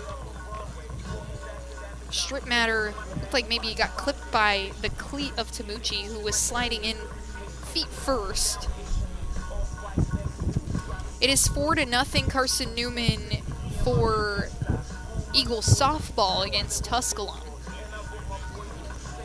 It is the bottom of the second. Reagan Rowan with the start in that ball game. The Eagles did win game 1 as well. Carson-Newman men's golf finishes 10th at the Tennessee River Rumble after an even par round 1. They shoot 22 over in round 2 and 11 over in round 3 after a great start to the day, but a couple good finishes from the Eagle lineup. Bowen Wentz was playing as an individual, but he was the highest finisher for Carson-Newman. That's always how it goes in golf world. Finishes at 5 over total, 24th in the 98-man field. Dylan Freen finished 29th. He was even par today, and 7 over for the tournament over 54 holes. Timmons unhappy with the officiating crew. It is still 11-0. There is a runner on second base in Wilmer Henriquez. And they're going to toss Wes Timmons. After he was arguing with the home plate umpire, they just threw out the head coach for shorter.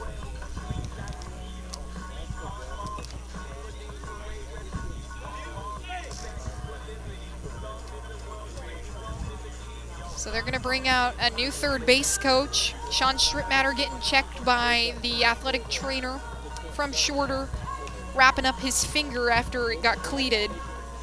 There's 2 outs for Carson-Newman in the top of the 5th, and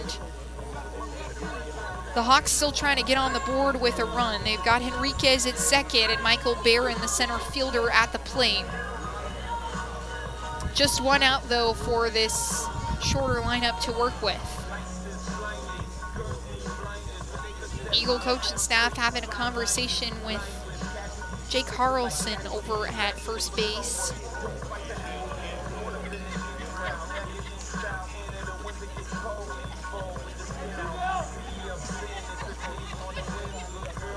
So they toss Wes Timmons, and we're back to work here as Drew Fletcher with about a 5-minute break to fill with some time. He has 2 outs, a runner at second, and it is Michael Barron at the plate. He walked in his last at bat.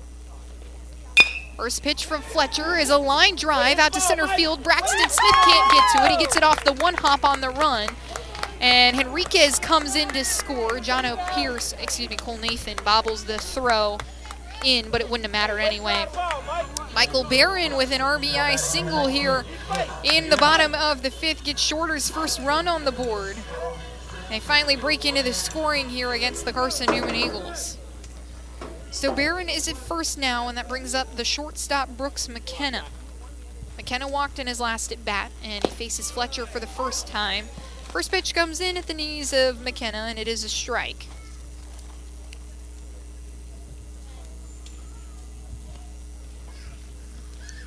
So 0-1 to McKenna.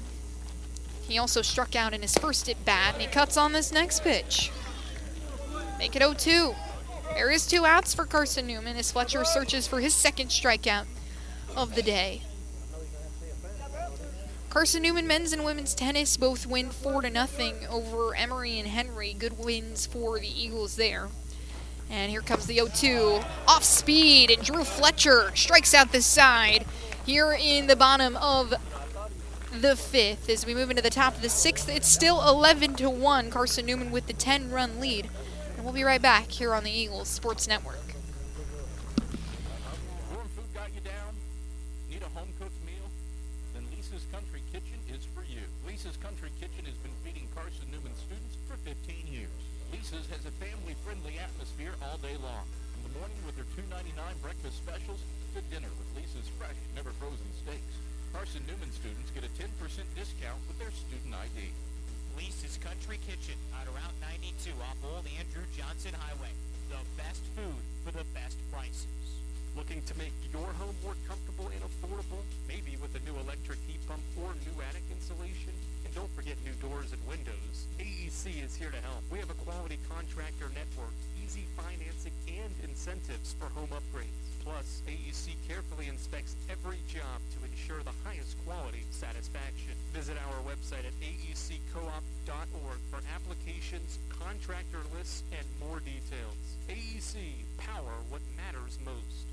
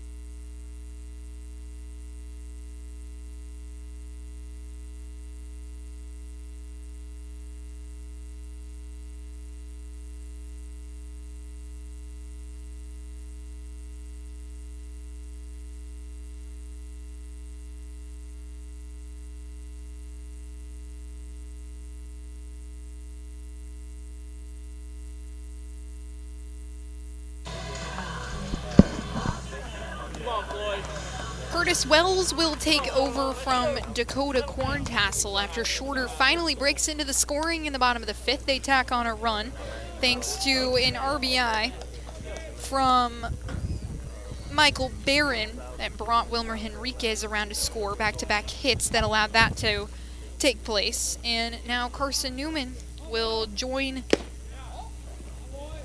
each other in the dugout. And the first pitch from Curtis Wells is a fastball to Logan Floyd that misses the zone for ball 1.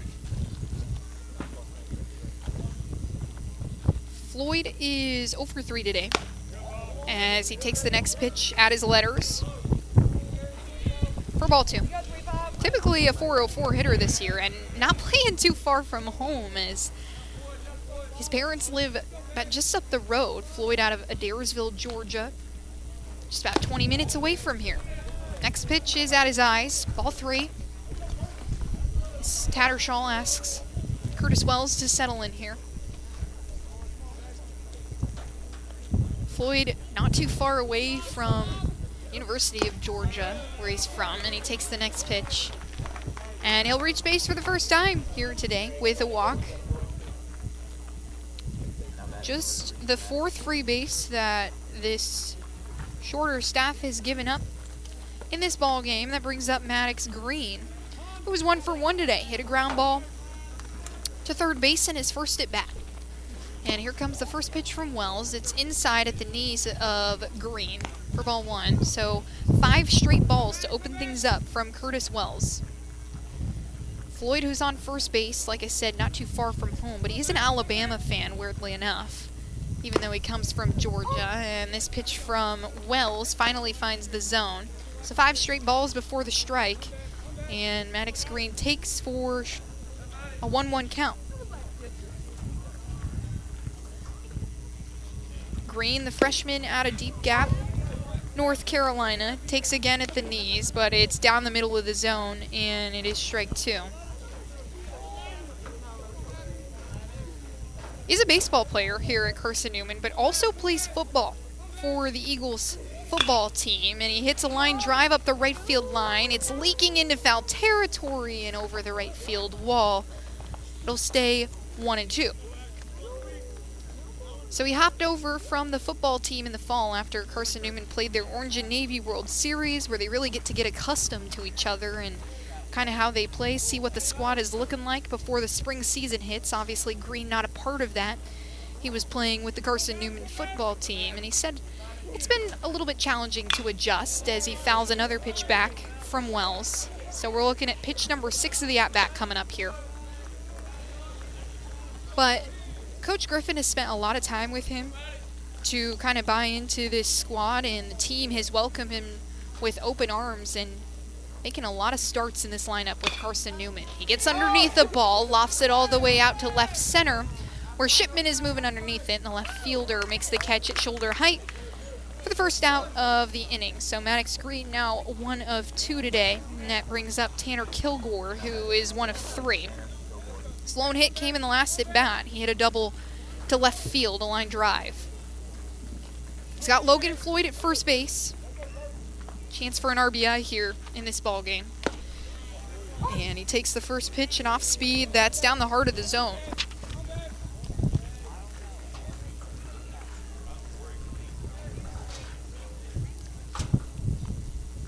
Sixth different arm that Carson-Newman has seen in this game as this one takes 1 hop off the dirt. Tattershaw, a good job to chest it down, and it is a 1-1 count.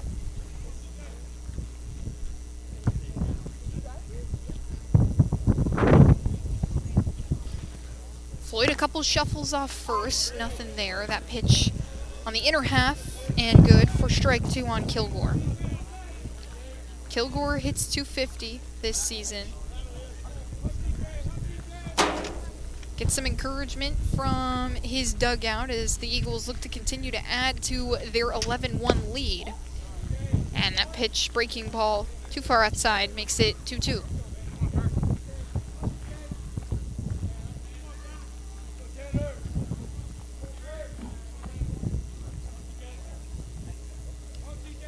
Kilgore has played in 12 games this season, and he Watches the next pitch go by. It's too far outside. Make it a full count.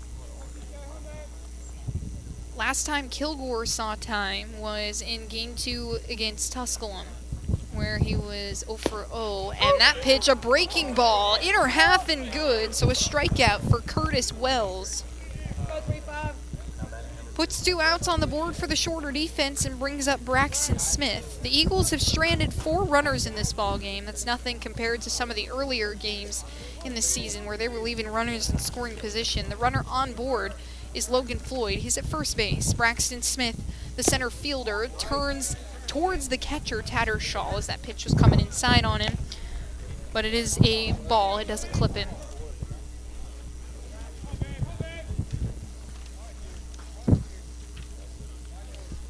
Smith hitting .347 and is hitting 6th in this order. A line drive out to right field that's going to take one hop and get down in front of Tamucci. Logan Floyd moves over to second base, and Braxton Smith is 2 for 3 today. A good job by the center fielder in this ball game. He's also got 2 RBIs to go along with it. Only person that's really topped him in terms of hitting performance in this game is Cole Nathan, who's got 3 hits and 3 RBIs to go along with it.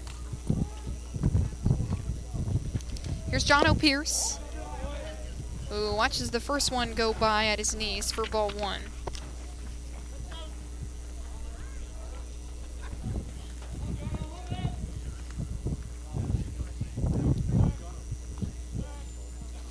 Logan Floyd is at second, Braxton Smith at first as that pitch is fired into the zone this time. So a 1-1 count to Pierce. Jono is 1 for 2 today. Hit a line drive up the right field line in his first at bat and came around to score twice. He was hit by a pitch in his second at bat as he skies this one up towards the Carson-Newman dugout, and it's going to be out of play as Wells had tracked it all the way to the netting. Pierce will step back into the box. It is a 1-2 count for the junior shortstop. It's kind of split time with Sebastian Rodriguez at shortstop here in the month of March. Trying to get this Eagle batting order going after a quiet February with the Eagle bats.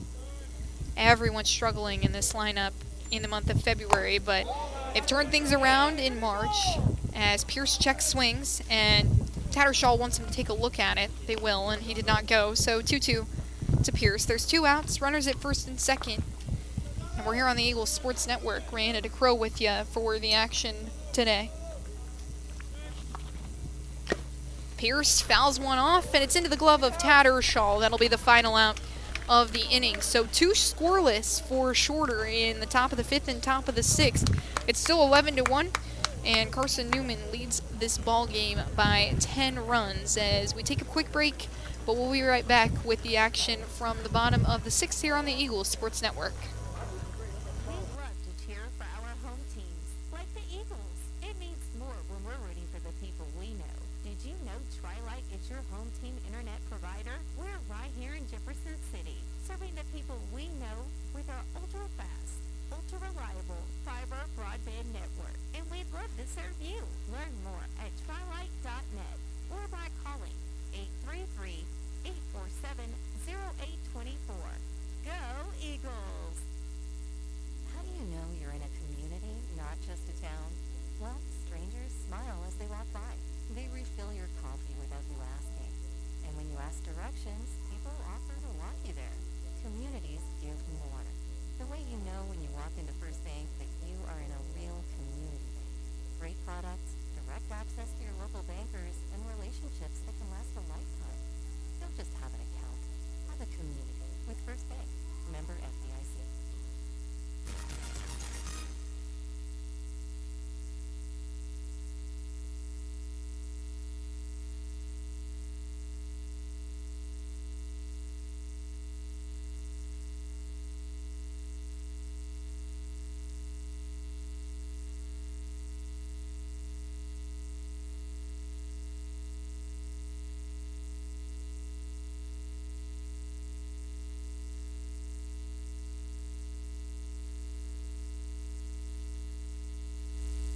Well, it's Isaiah Sims to lead things off here in the bottom of the 6th. Carson-Newman leads 11-1 as we check in with you here on the Eagles Sports Network for this midweek action out of conference for Carson-Newman and Shorter as they play a Conference Carolina squad. The first pitch from the new arm on the mound, Aaron Bobo, is a ball in the dirt, and Kevin Hammond digs it out. So 1-0 to Sims, who is responsible for one of Shorter's 3 hits in this game. Same thing from Bobo. It hits off the front of the plate and bounces into the netting to make it 2-0.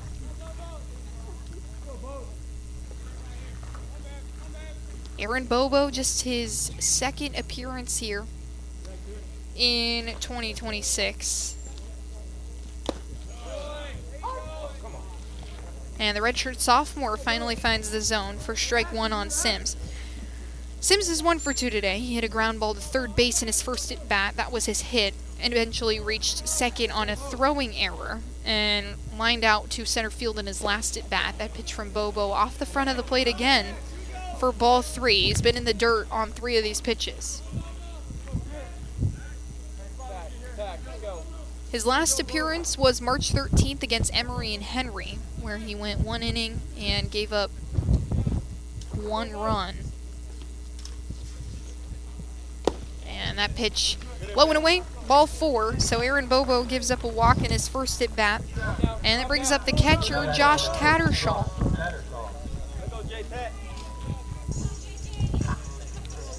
Seventh freebie of the game from the Carson-Newman bullpen. Eli Norris gave up 5 walks. Drew Fletcher, who threw for 2 innings, gave up a walk with 2 strikeouts. And now Aaron Bobo with a walk here in his first frame. That pitch from Bobo, low in the zone and good. Strike 1 on Tattershaw. Tattershaw is 0 for 2 today with 2 strikeouts, and you can bet that the catcher is trying to flip the script in this at-bat. As Tattershaw takes, it's in the dirt. Kevin Hammond gloves it down, makes the throw. He got him. Isaiah Sims, no hesitation, but Kevin Hammond kept it in front of him. And a straight bullet to second base, where Cole Nathan was waiting for him. Served up that caught stealing on a platter for Kevin Hammond. And here comes Bobo as Tattershaw takes this one out towards left field. And Ryan Bolton makes the catch on the left side for out number 2 of the inning. Here comes Reese Newberry, who replaces Jake Jordan.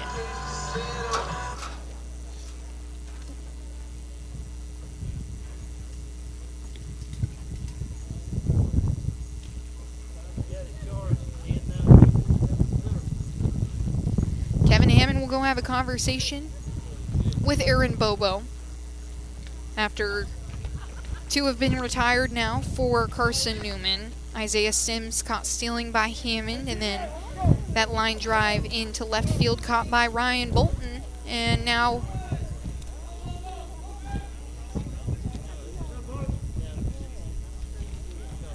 Aaron Bobo will face his 3rd batter as Newberry skies this one up the first base side. Out of play. Logan Floyd follows it to the fence.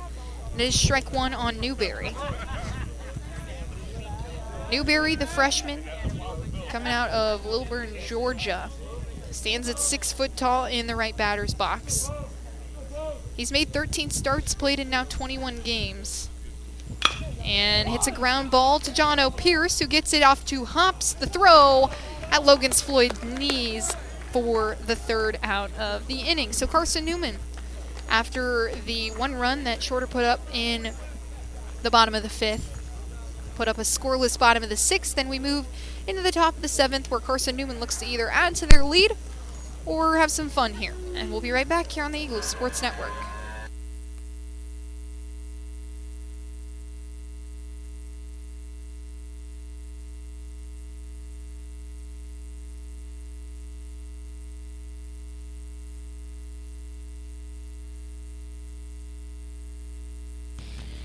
Dorm food got you down?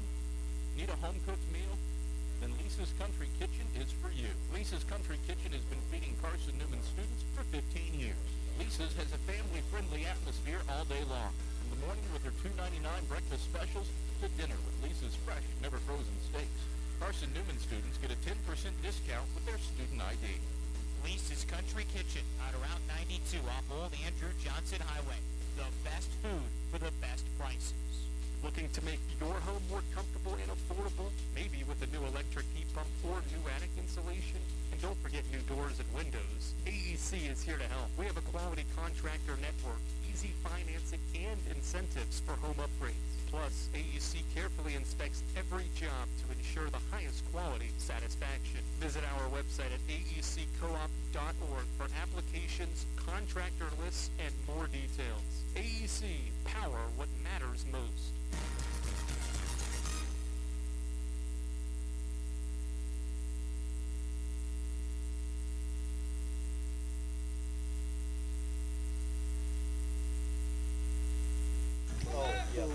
Well, Kevin Hammond will lead things off here in the top of the 7th, and he'll face Jonathan Vigoa, the senior from Rome, Georgia. He transferred over from Chattanooga State Community College and has been, kind of in this lineup for Shorter, and the first pitch from him is a ball well outside. But he was 0 for 7 against Ferrum last week, so he steps in to relieve Curtis Wells of his duties, and the next pitch misses outside, this time a little bit higher, but a ball nonetheless. So 2-0 to Hammond. Kevin Hammond stepping in to replace Carson Cochran behind the dish. The Eagles are up 11-1 right now in the top of the 7th, and Shorter will have one more opportunity to tack on some runs before Carson-Newman wins this ball game in a run rule decision. Hammond takes again, high at his eyes, and it is a 3-0, and here comes the next pitch. Outside, 4-pitch walk to start things off from Jonathan Vigoa, and the third freebie, make it 5th freebie of the day, 3rd walk of the day, I should have said, and that brings up Sean Stripmatter. So Kevin Hammond is on first, and here comes Stripmatter, who is 1 of 3 today. He takes this one at his mid-shin and outside for ball 1. 4 straight, we'll make it 5 straight balls from Vigoa.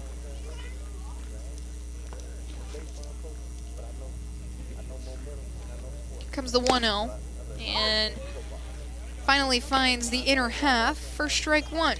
So 5 straight balls before a strike. Curtis Wells did something very, very similar in the top of the 6th. Carson-Newman has been scoreless for the last 2. They do have 11 runs, though, after 7 in the top of the 2nd, 3 in the top of the 3rd, and 1 in the top of the 4th. Stripmatter battles one back, and it is 1-2.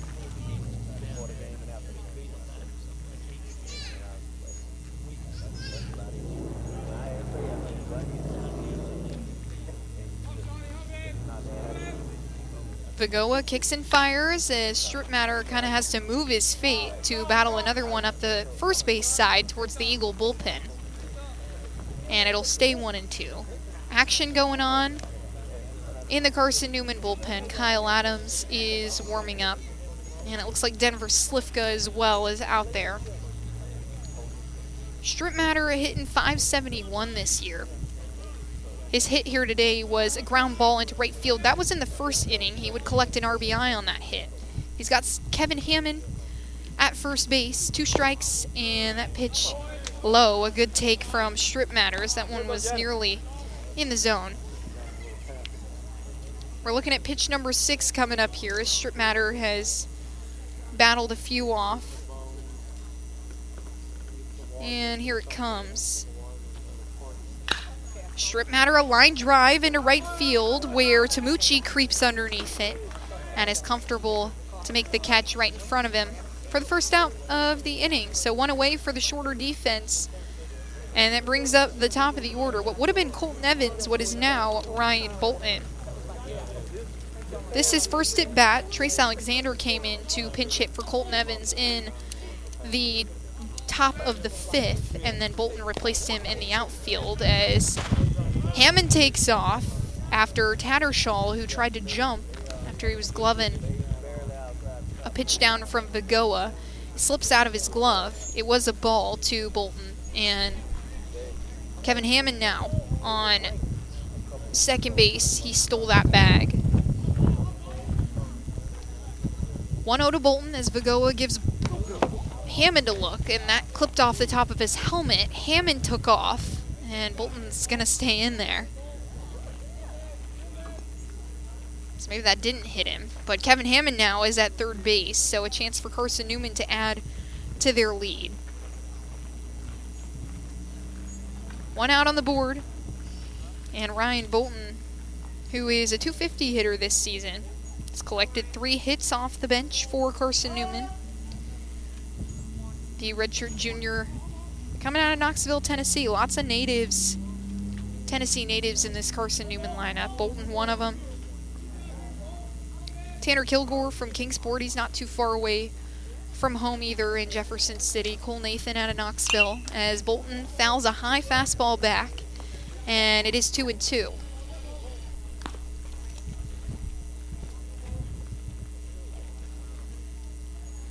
Me and Ryan Bolton before this game, we're talking about what a nice day it would be to play some golf.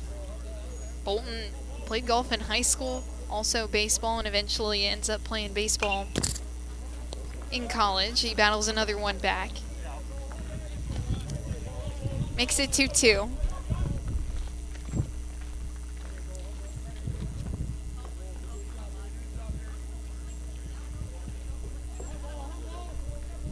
Ryan Bolton, as a sophomore, he split time in left field. Saw play in 39 games last season with the Eagles and has done the same here in 2026. Takes a pitch in the dirt. A good job by Tattershaw. Keep it in front. Kevin Hammond is at third base. And it's now full for Ryan Bolton.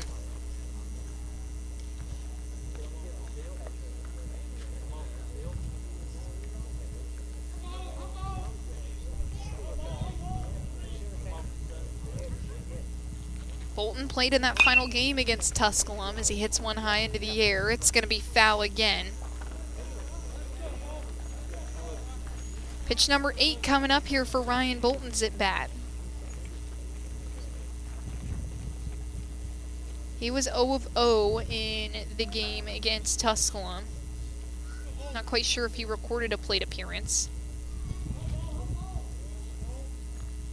Last time he recorded a hit was in Game 1 against Tusculum. He was 2 of 1 in that ball game. As he fouls another high fastball back. Good job to get on that one upstairs and foul it away. It is still a full count. There's 1 out on the board. Kevin Hammond is at third with a chance to add to the Eagles' 10-run lead.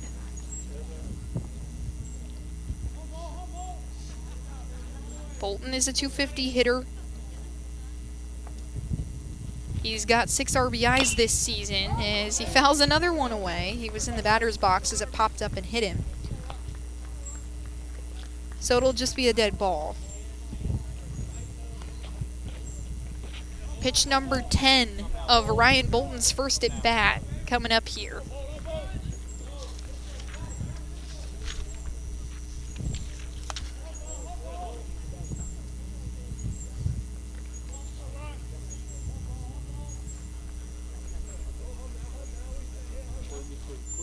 Ryan Bolton is 5 of 14 with runners in scoring position, and he rips one up the third baseline, but it's foul.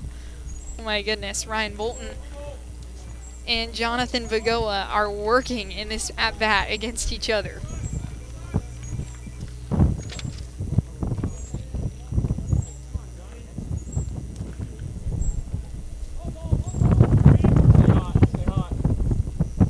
Wind still coming in from straightaway center field. And here comes the payoff again. Vigoa takes his time, finally kicks and fires. Bolton right up at his shoelaces. It hits off the cleat of Vigoa. Bolton is digging towards first, and he doesn't get there in time, but he does have an RBI as Kevin Hammond comes in to score. And it's now 12-1, a hard hit ball by Ryan Bolton. He'll pick up an RBI in his first at bat. And that's going to bring in Alex Ring to pinch hit.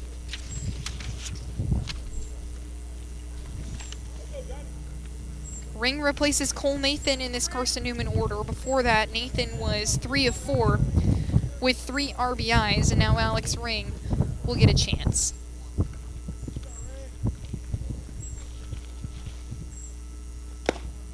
Vagoa fires, and it is a first pitch strike to Alex Ring.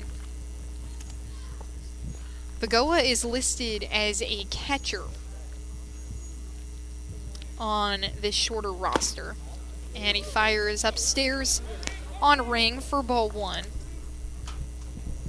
Alex Ring has made pinch hit appearances here and there for Carson-Newman throughout the season, and he hits this one up the third base side and foul, so make it 1-2. He's recorded 3 at-bats here in 2026, just 1 hit to his name this season. That 1 hit coming in the game, the final game against Cedarville, where the Eagles won 23-4, nearly turned on an off-speed from Vagoa, but holds back just in time to make it 2-2.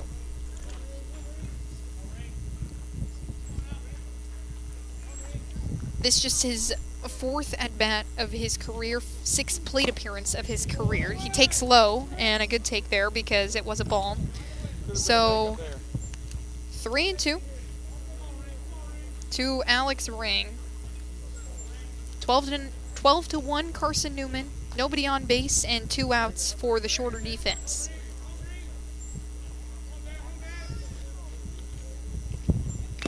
Ring fouls one off, and Tattersall can't keep it in his glove. So, count will stay full. Back-to-back full counts from Jonathan Vagoa. Come on, Johnny. Worked some weak contact off of Strip Matter and Bolton. And that pitch too low for Ring. He'll take his base. And the second walk from Vagoa in this contest after he walked Kevin Hammond. Hammond came around to score here in the top of the 7th. And now we're going to have a conversation from the whole shorter infield with Jonathan Vagoa. Shorter put up their lone run in the bottom of the 5th. That was after Wilmer Henriquez hit a line drive up the left field line. And then Brooks McKenna hit a line drive into left center. And that's going to be the end of Vagoa's day. So we'll take a quick break here on the Eagles Sports Network and bring you what might be the final arm here in this shorter lineup when we come back. Domino's Pizza in Jefferson City and Morristown wants to help feed your business. When you're hungry at lunch, show your business card at Domino's in Jefferson City and Morristown when you make your purchase for pickup or delivery to get 25% off the entire order. That's 25% off your order at Domino's in Jeff City and Morristown when you show your business card. Call 865-471-6700 to get a pizza. Domino's, the official pizza of the Carson-Newman Eagles. In 2025, we celebrate 130 years of Carson-Newman athletics. Over the years, the teams at Carson-Newman have been known for their toughness and Christian spirit. Through the decades, teams and individuals playing at the highest levels have brought recognition to this little school on the banks of Mousy Creek. While we remember the past, we look towards the future. So join the Eagle Club today as we continue to support our athletes and coaches through funding and facilities. Talents up. Join the Eagle Club today. Visit cneagles.com/Eagle Club.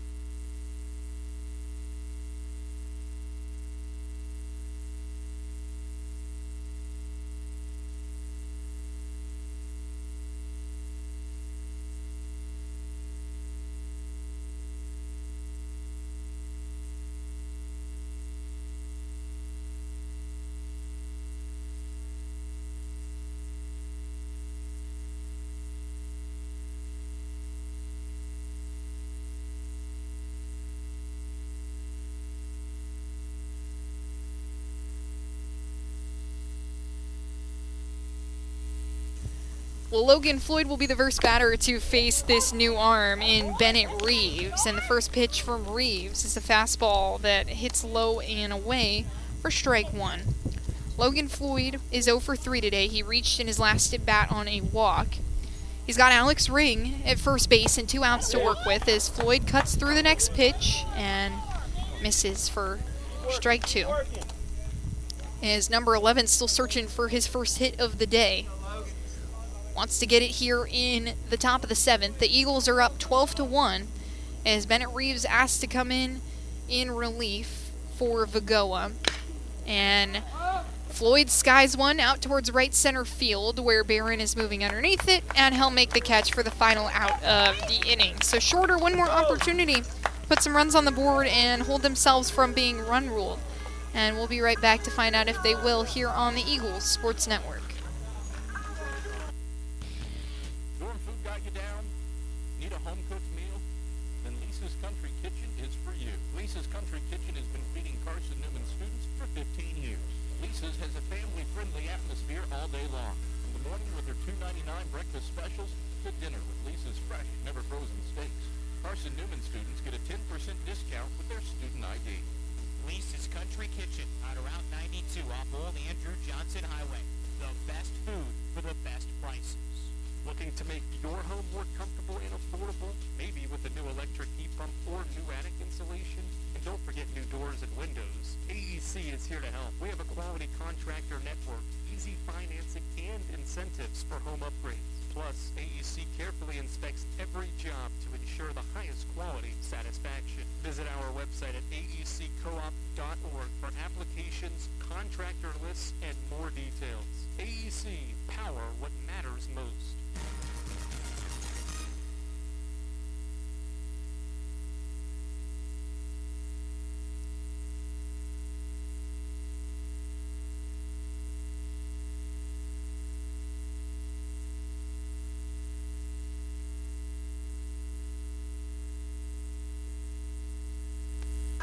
Well, it is Cam Butler who will look to finish things out here as we move into the bottom of the 7th, as Carson-Newman leads by a score of 12-1, and the Eagles make some changes on defense as well. It's Matt Bishop at first base.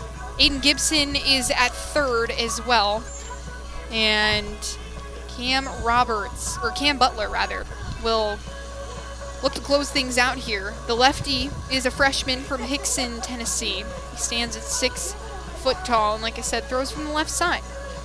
3 pitches in the arsenal for Butler. He's got a fastball, slider, and changeup. And it is Jamison Van Ness behind the dish doing the catching for him. He replaces Kevin Hammond. Number 9, Cam Adams.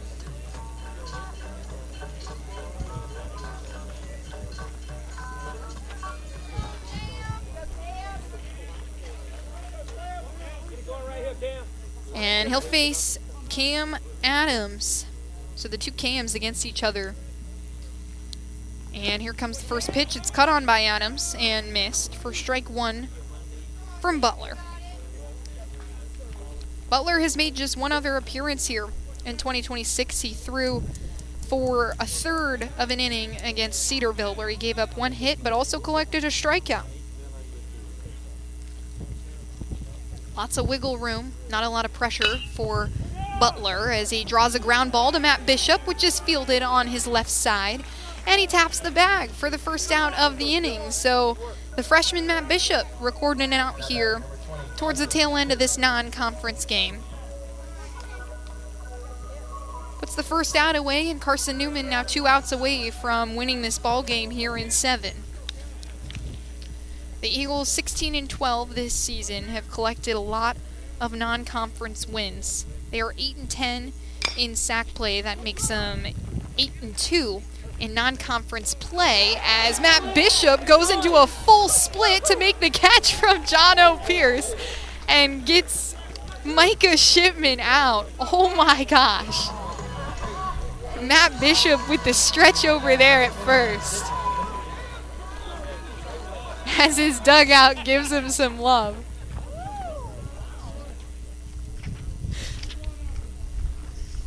And Cam Butler now has put the last two batters away. He'll face Griffin Tamucci, the right fielder, for the first time. The first pitch to Tamucci is a strike.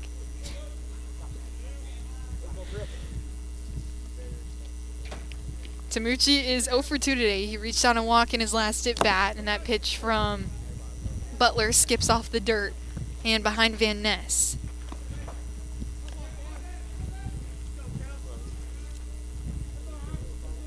The Eagles trying to find some life in their bullpen after earlier in the season a couple of their major relievers went down with injury. Look at Jackson Underwood, who's unavailable for the rest of the season, as well as Branson Angel has a good off-speed from Butler.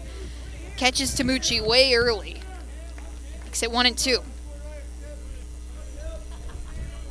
Tamucci yet to strike out in this ball game. Butler looking to be the first one to put him down in that fashion, and he misses outside on the lefty, makes it 2-2. Eagles tack on a run in the top of the 7th to make their lead 11. And here comes the 2-2 from the lefty Butler. It's fouled towards the Eagles dugout. Glove down by Cole Nathan. Actually, I think it was Jacob Rogers in the bullpen who was eyes on the batter. Still 2-2. 2 outs. Eagles looking to win ball game number 17 on the season. And Butler nails Tamucci with a pitch, so he will take his base, and that brings up Wilmer Henriquez, who is responsible for the lone run that Shorter has scored here in this ball game. He hit a ground ball up the left field line in his last at bat and was eventually brought around to score by Michael Barron, who hit a line drive into left center. Faces Butler, the lefty, for the first time, fouls the first pitch back. He's got a runner in first base in Tamucci. And Henriquez, he leads this team in batting average. He leads this team in RBIs. Good spot to be if you're Shorter and want to tack on a couple runs here in the late goings of this game. Henriquez elevates one out towards right field. Maddox Green is tracking it down. Takes a couple steps, makes the catch for the final out of the ball game. So Carson-Newman wins this one 12-1. Cam Butler finishes the job as he gives Jamison Van Ness a big ol' hug just in front of the mound. Matt Bishop gives Aiden Gibson a hug, the two corner infielders giving each other some love. And the Eagles now collect win number 2 in a row, and they are 9-2 in non-conference games. They level the all-time series against Shorter at 9 apiece. And the Eagles will go on to play Newberry at home this weekend. They return to the Silver Diamond Baseball Complex for the first time in 2 weeks. They played a road series against Emory and Henry, a road series against Tusculum. Now they come home to face the Newberry Wolves, who currently are 4th in the South Atlantic Conference, having a great season at 13-6. So we'll see how that one plays out. First game is on Friday at 2 p.m., and then games 2 and 3 scheduled for 12 p.m. and 3 p.m. on the Eagles Sports Network. For all of us here at Carson-Newman, you should go check out Andrew Rogers' call of the Elite 8 on the Eagles Sports Network as well. That one tips off at 6 p.m., just about in an hour and a half. So go get some dinner, go listen to Andrew Rogers, and for the time being, I'm Rhianna DeCrow. Thank you so much for listening, and that's all from Rome, Georgia.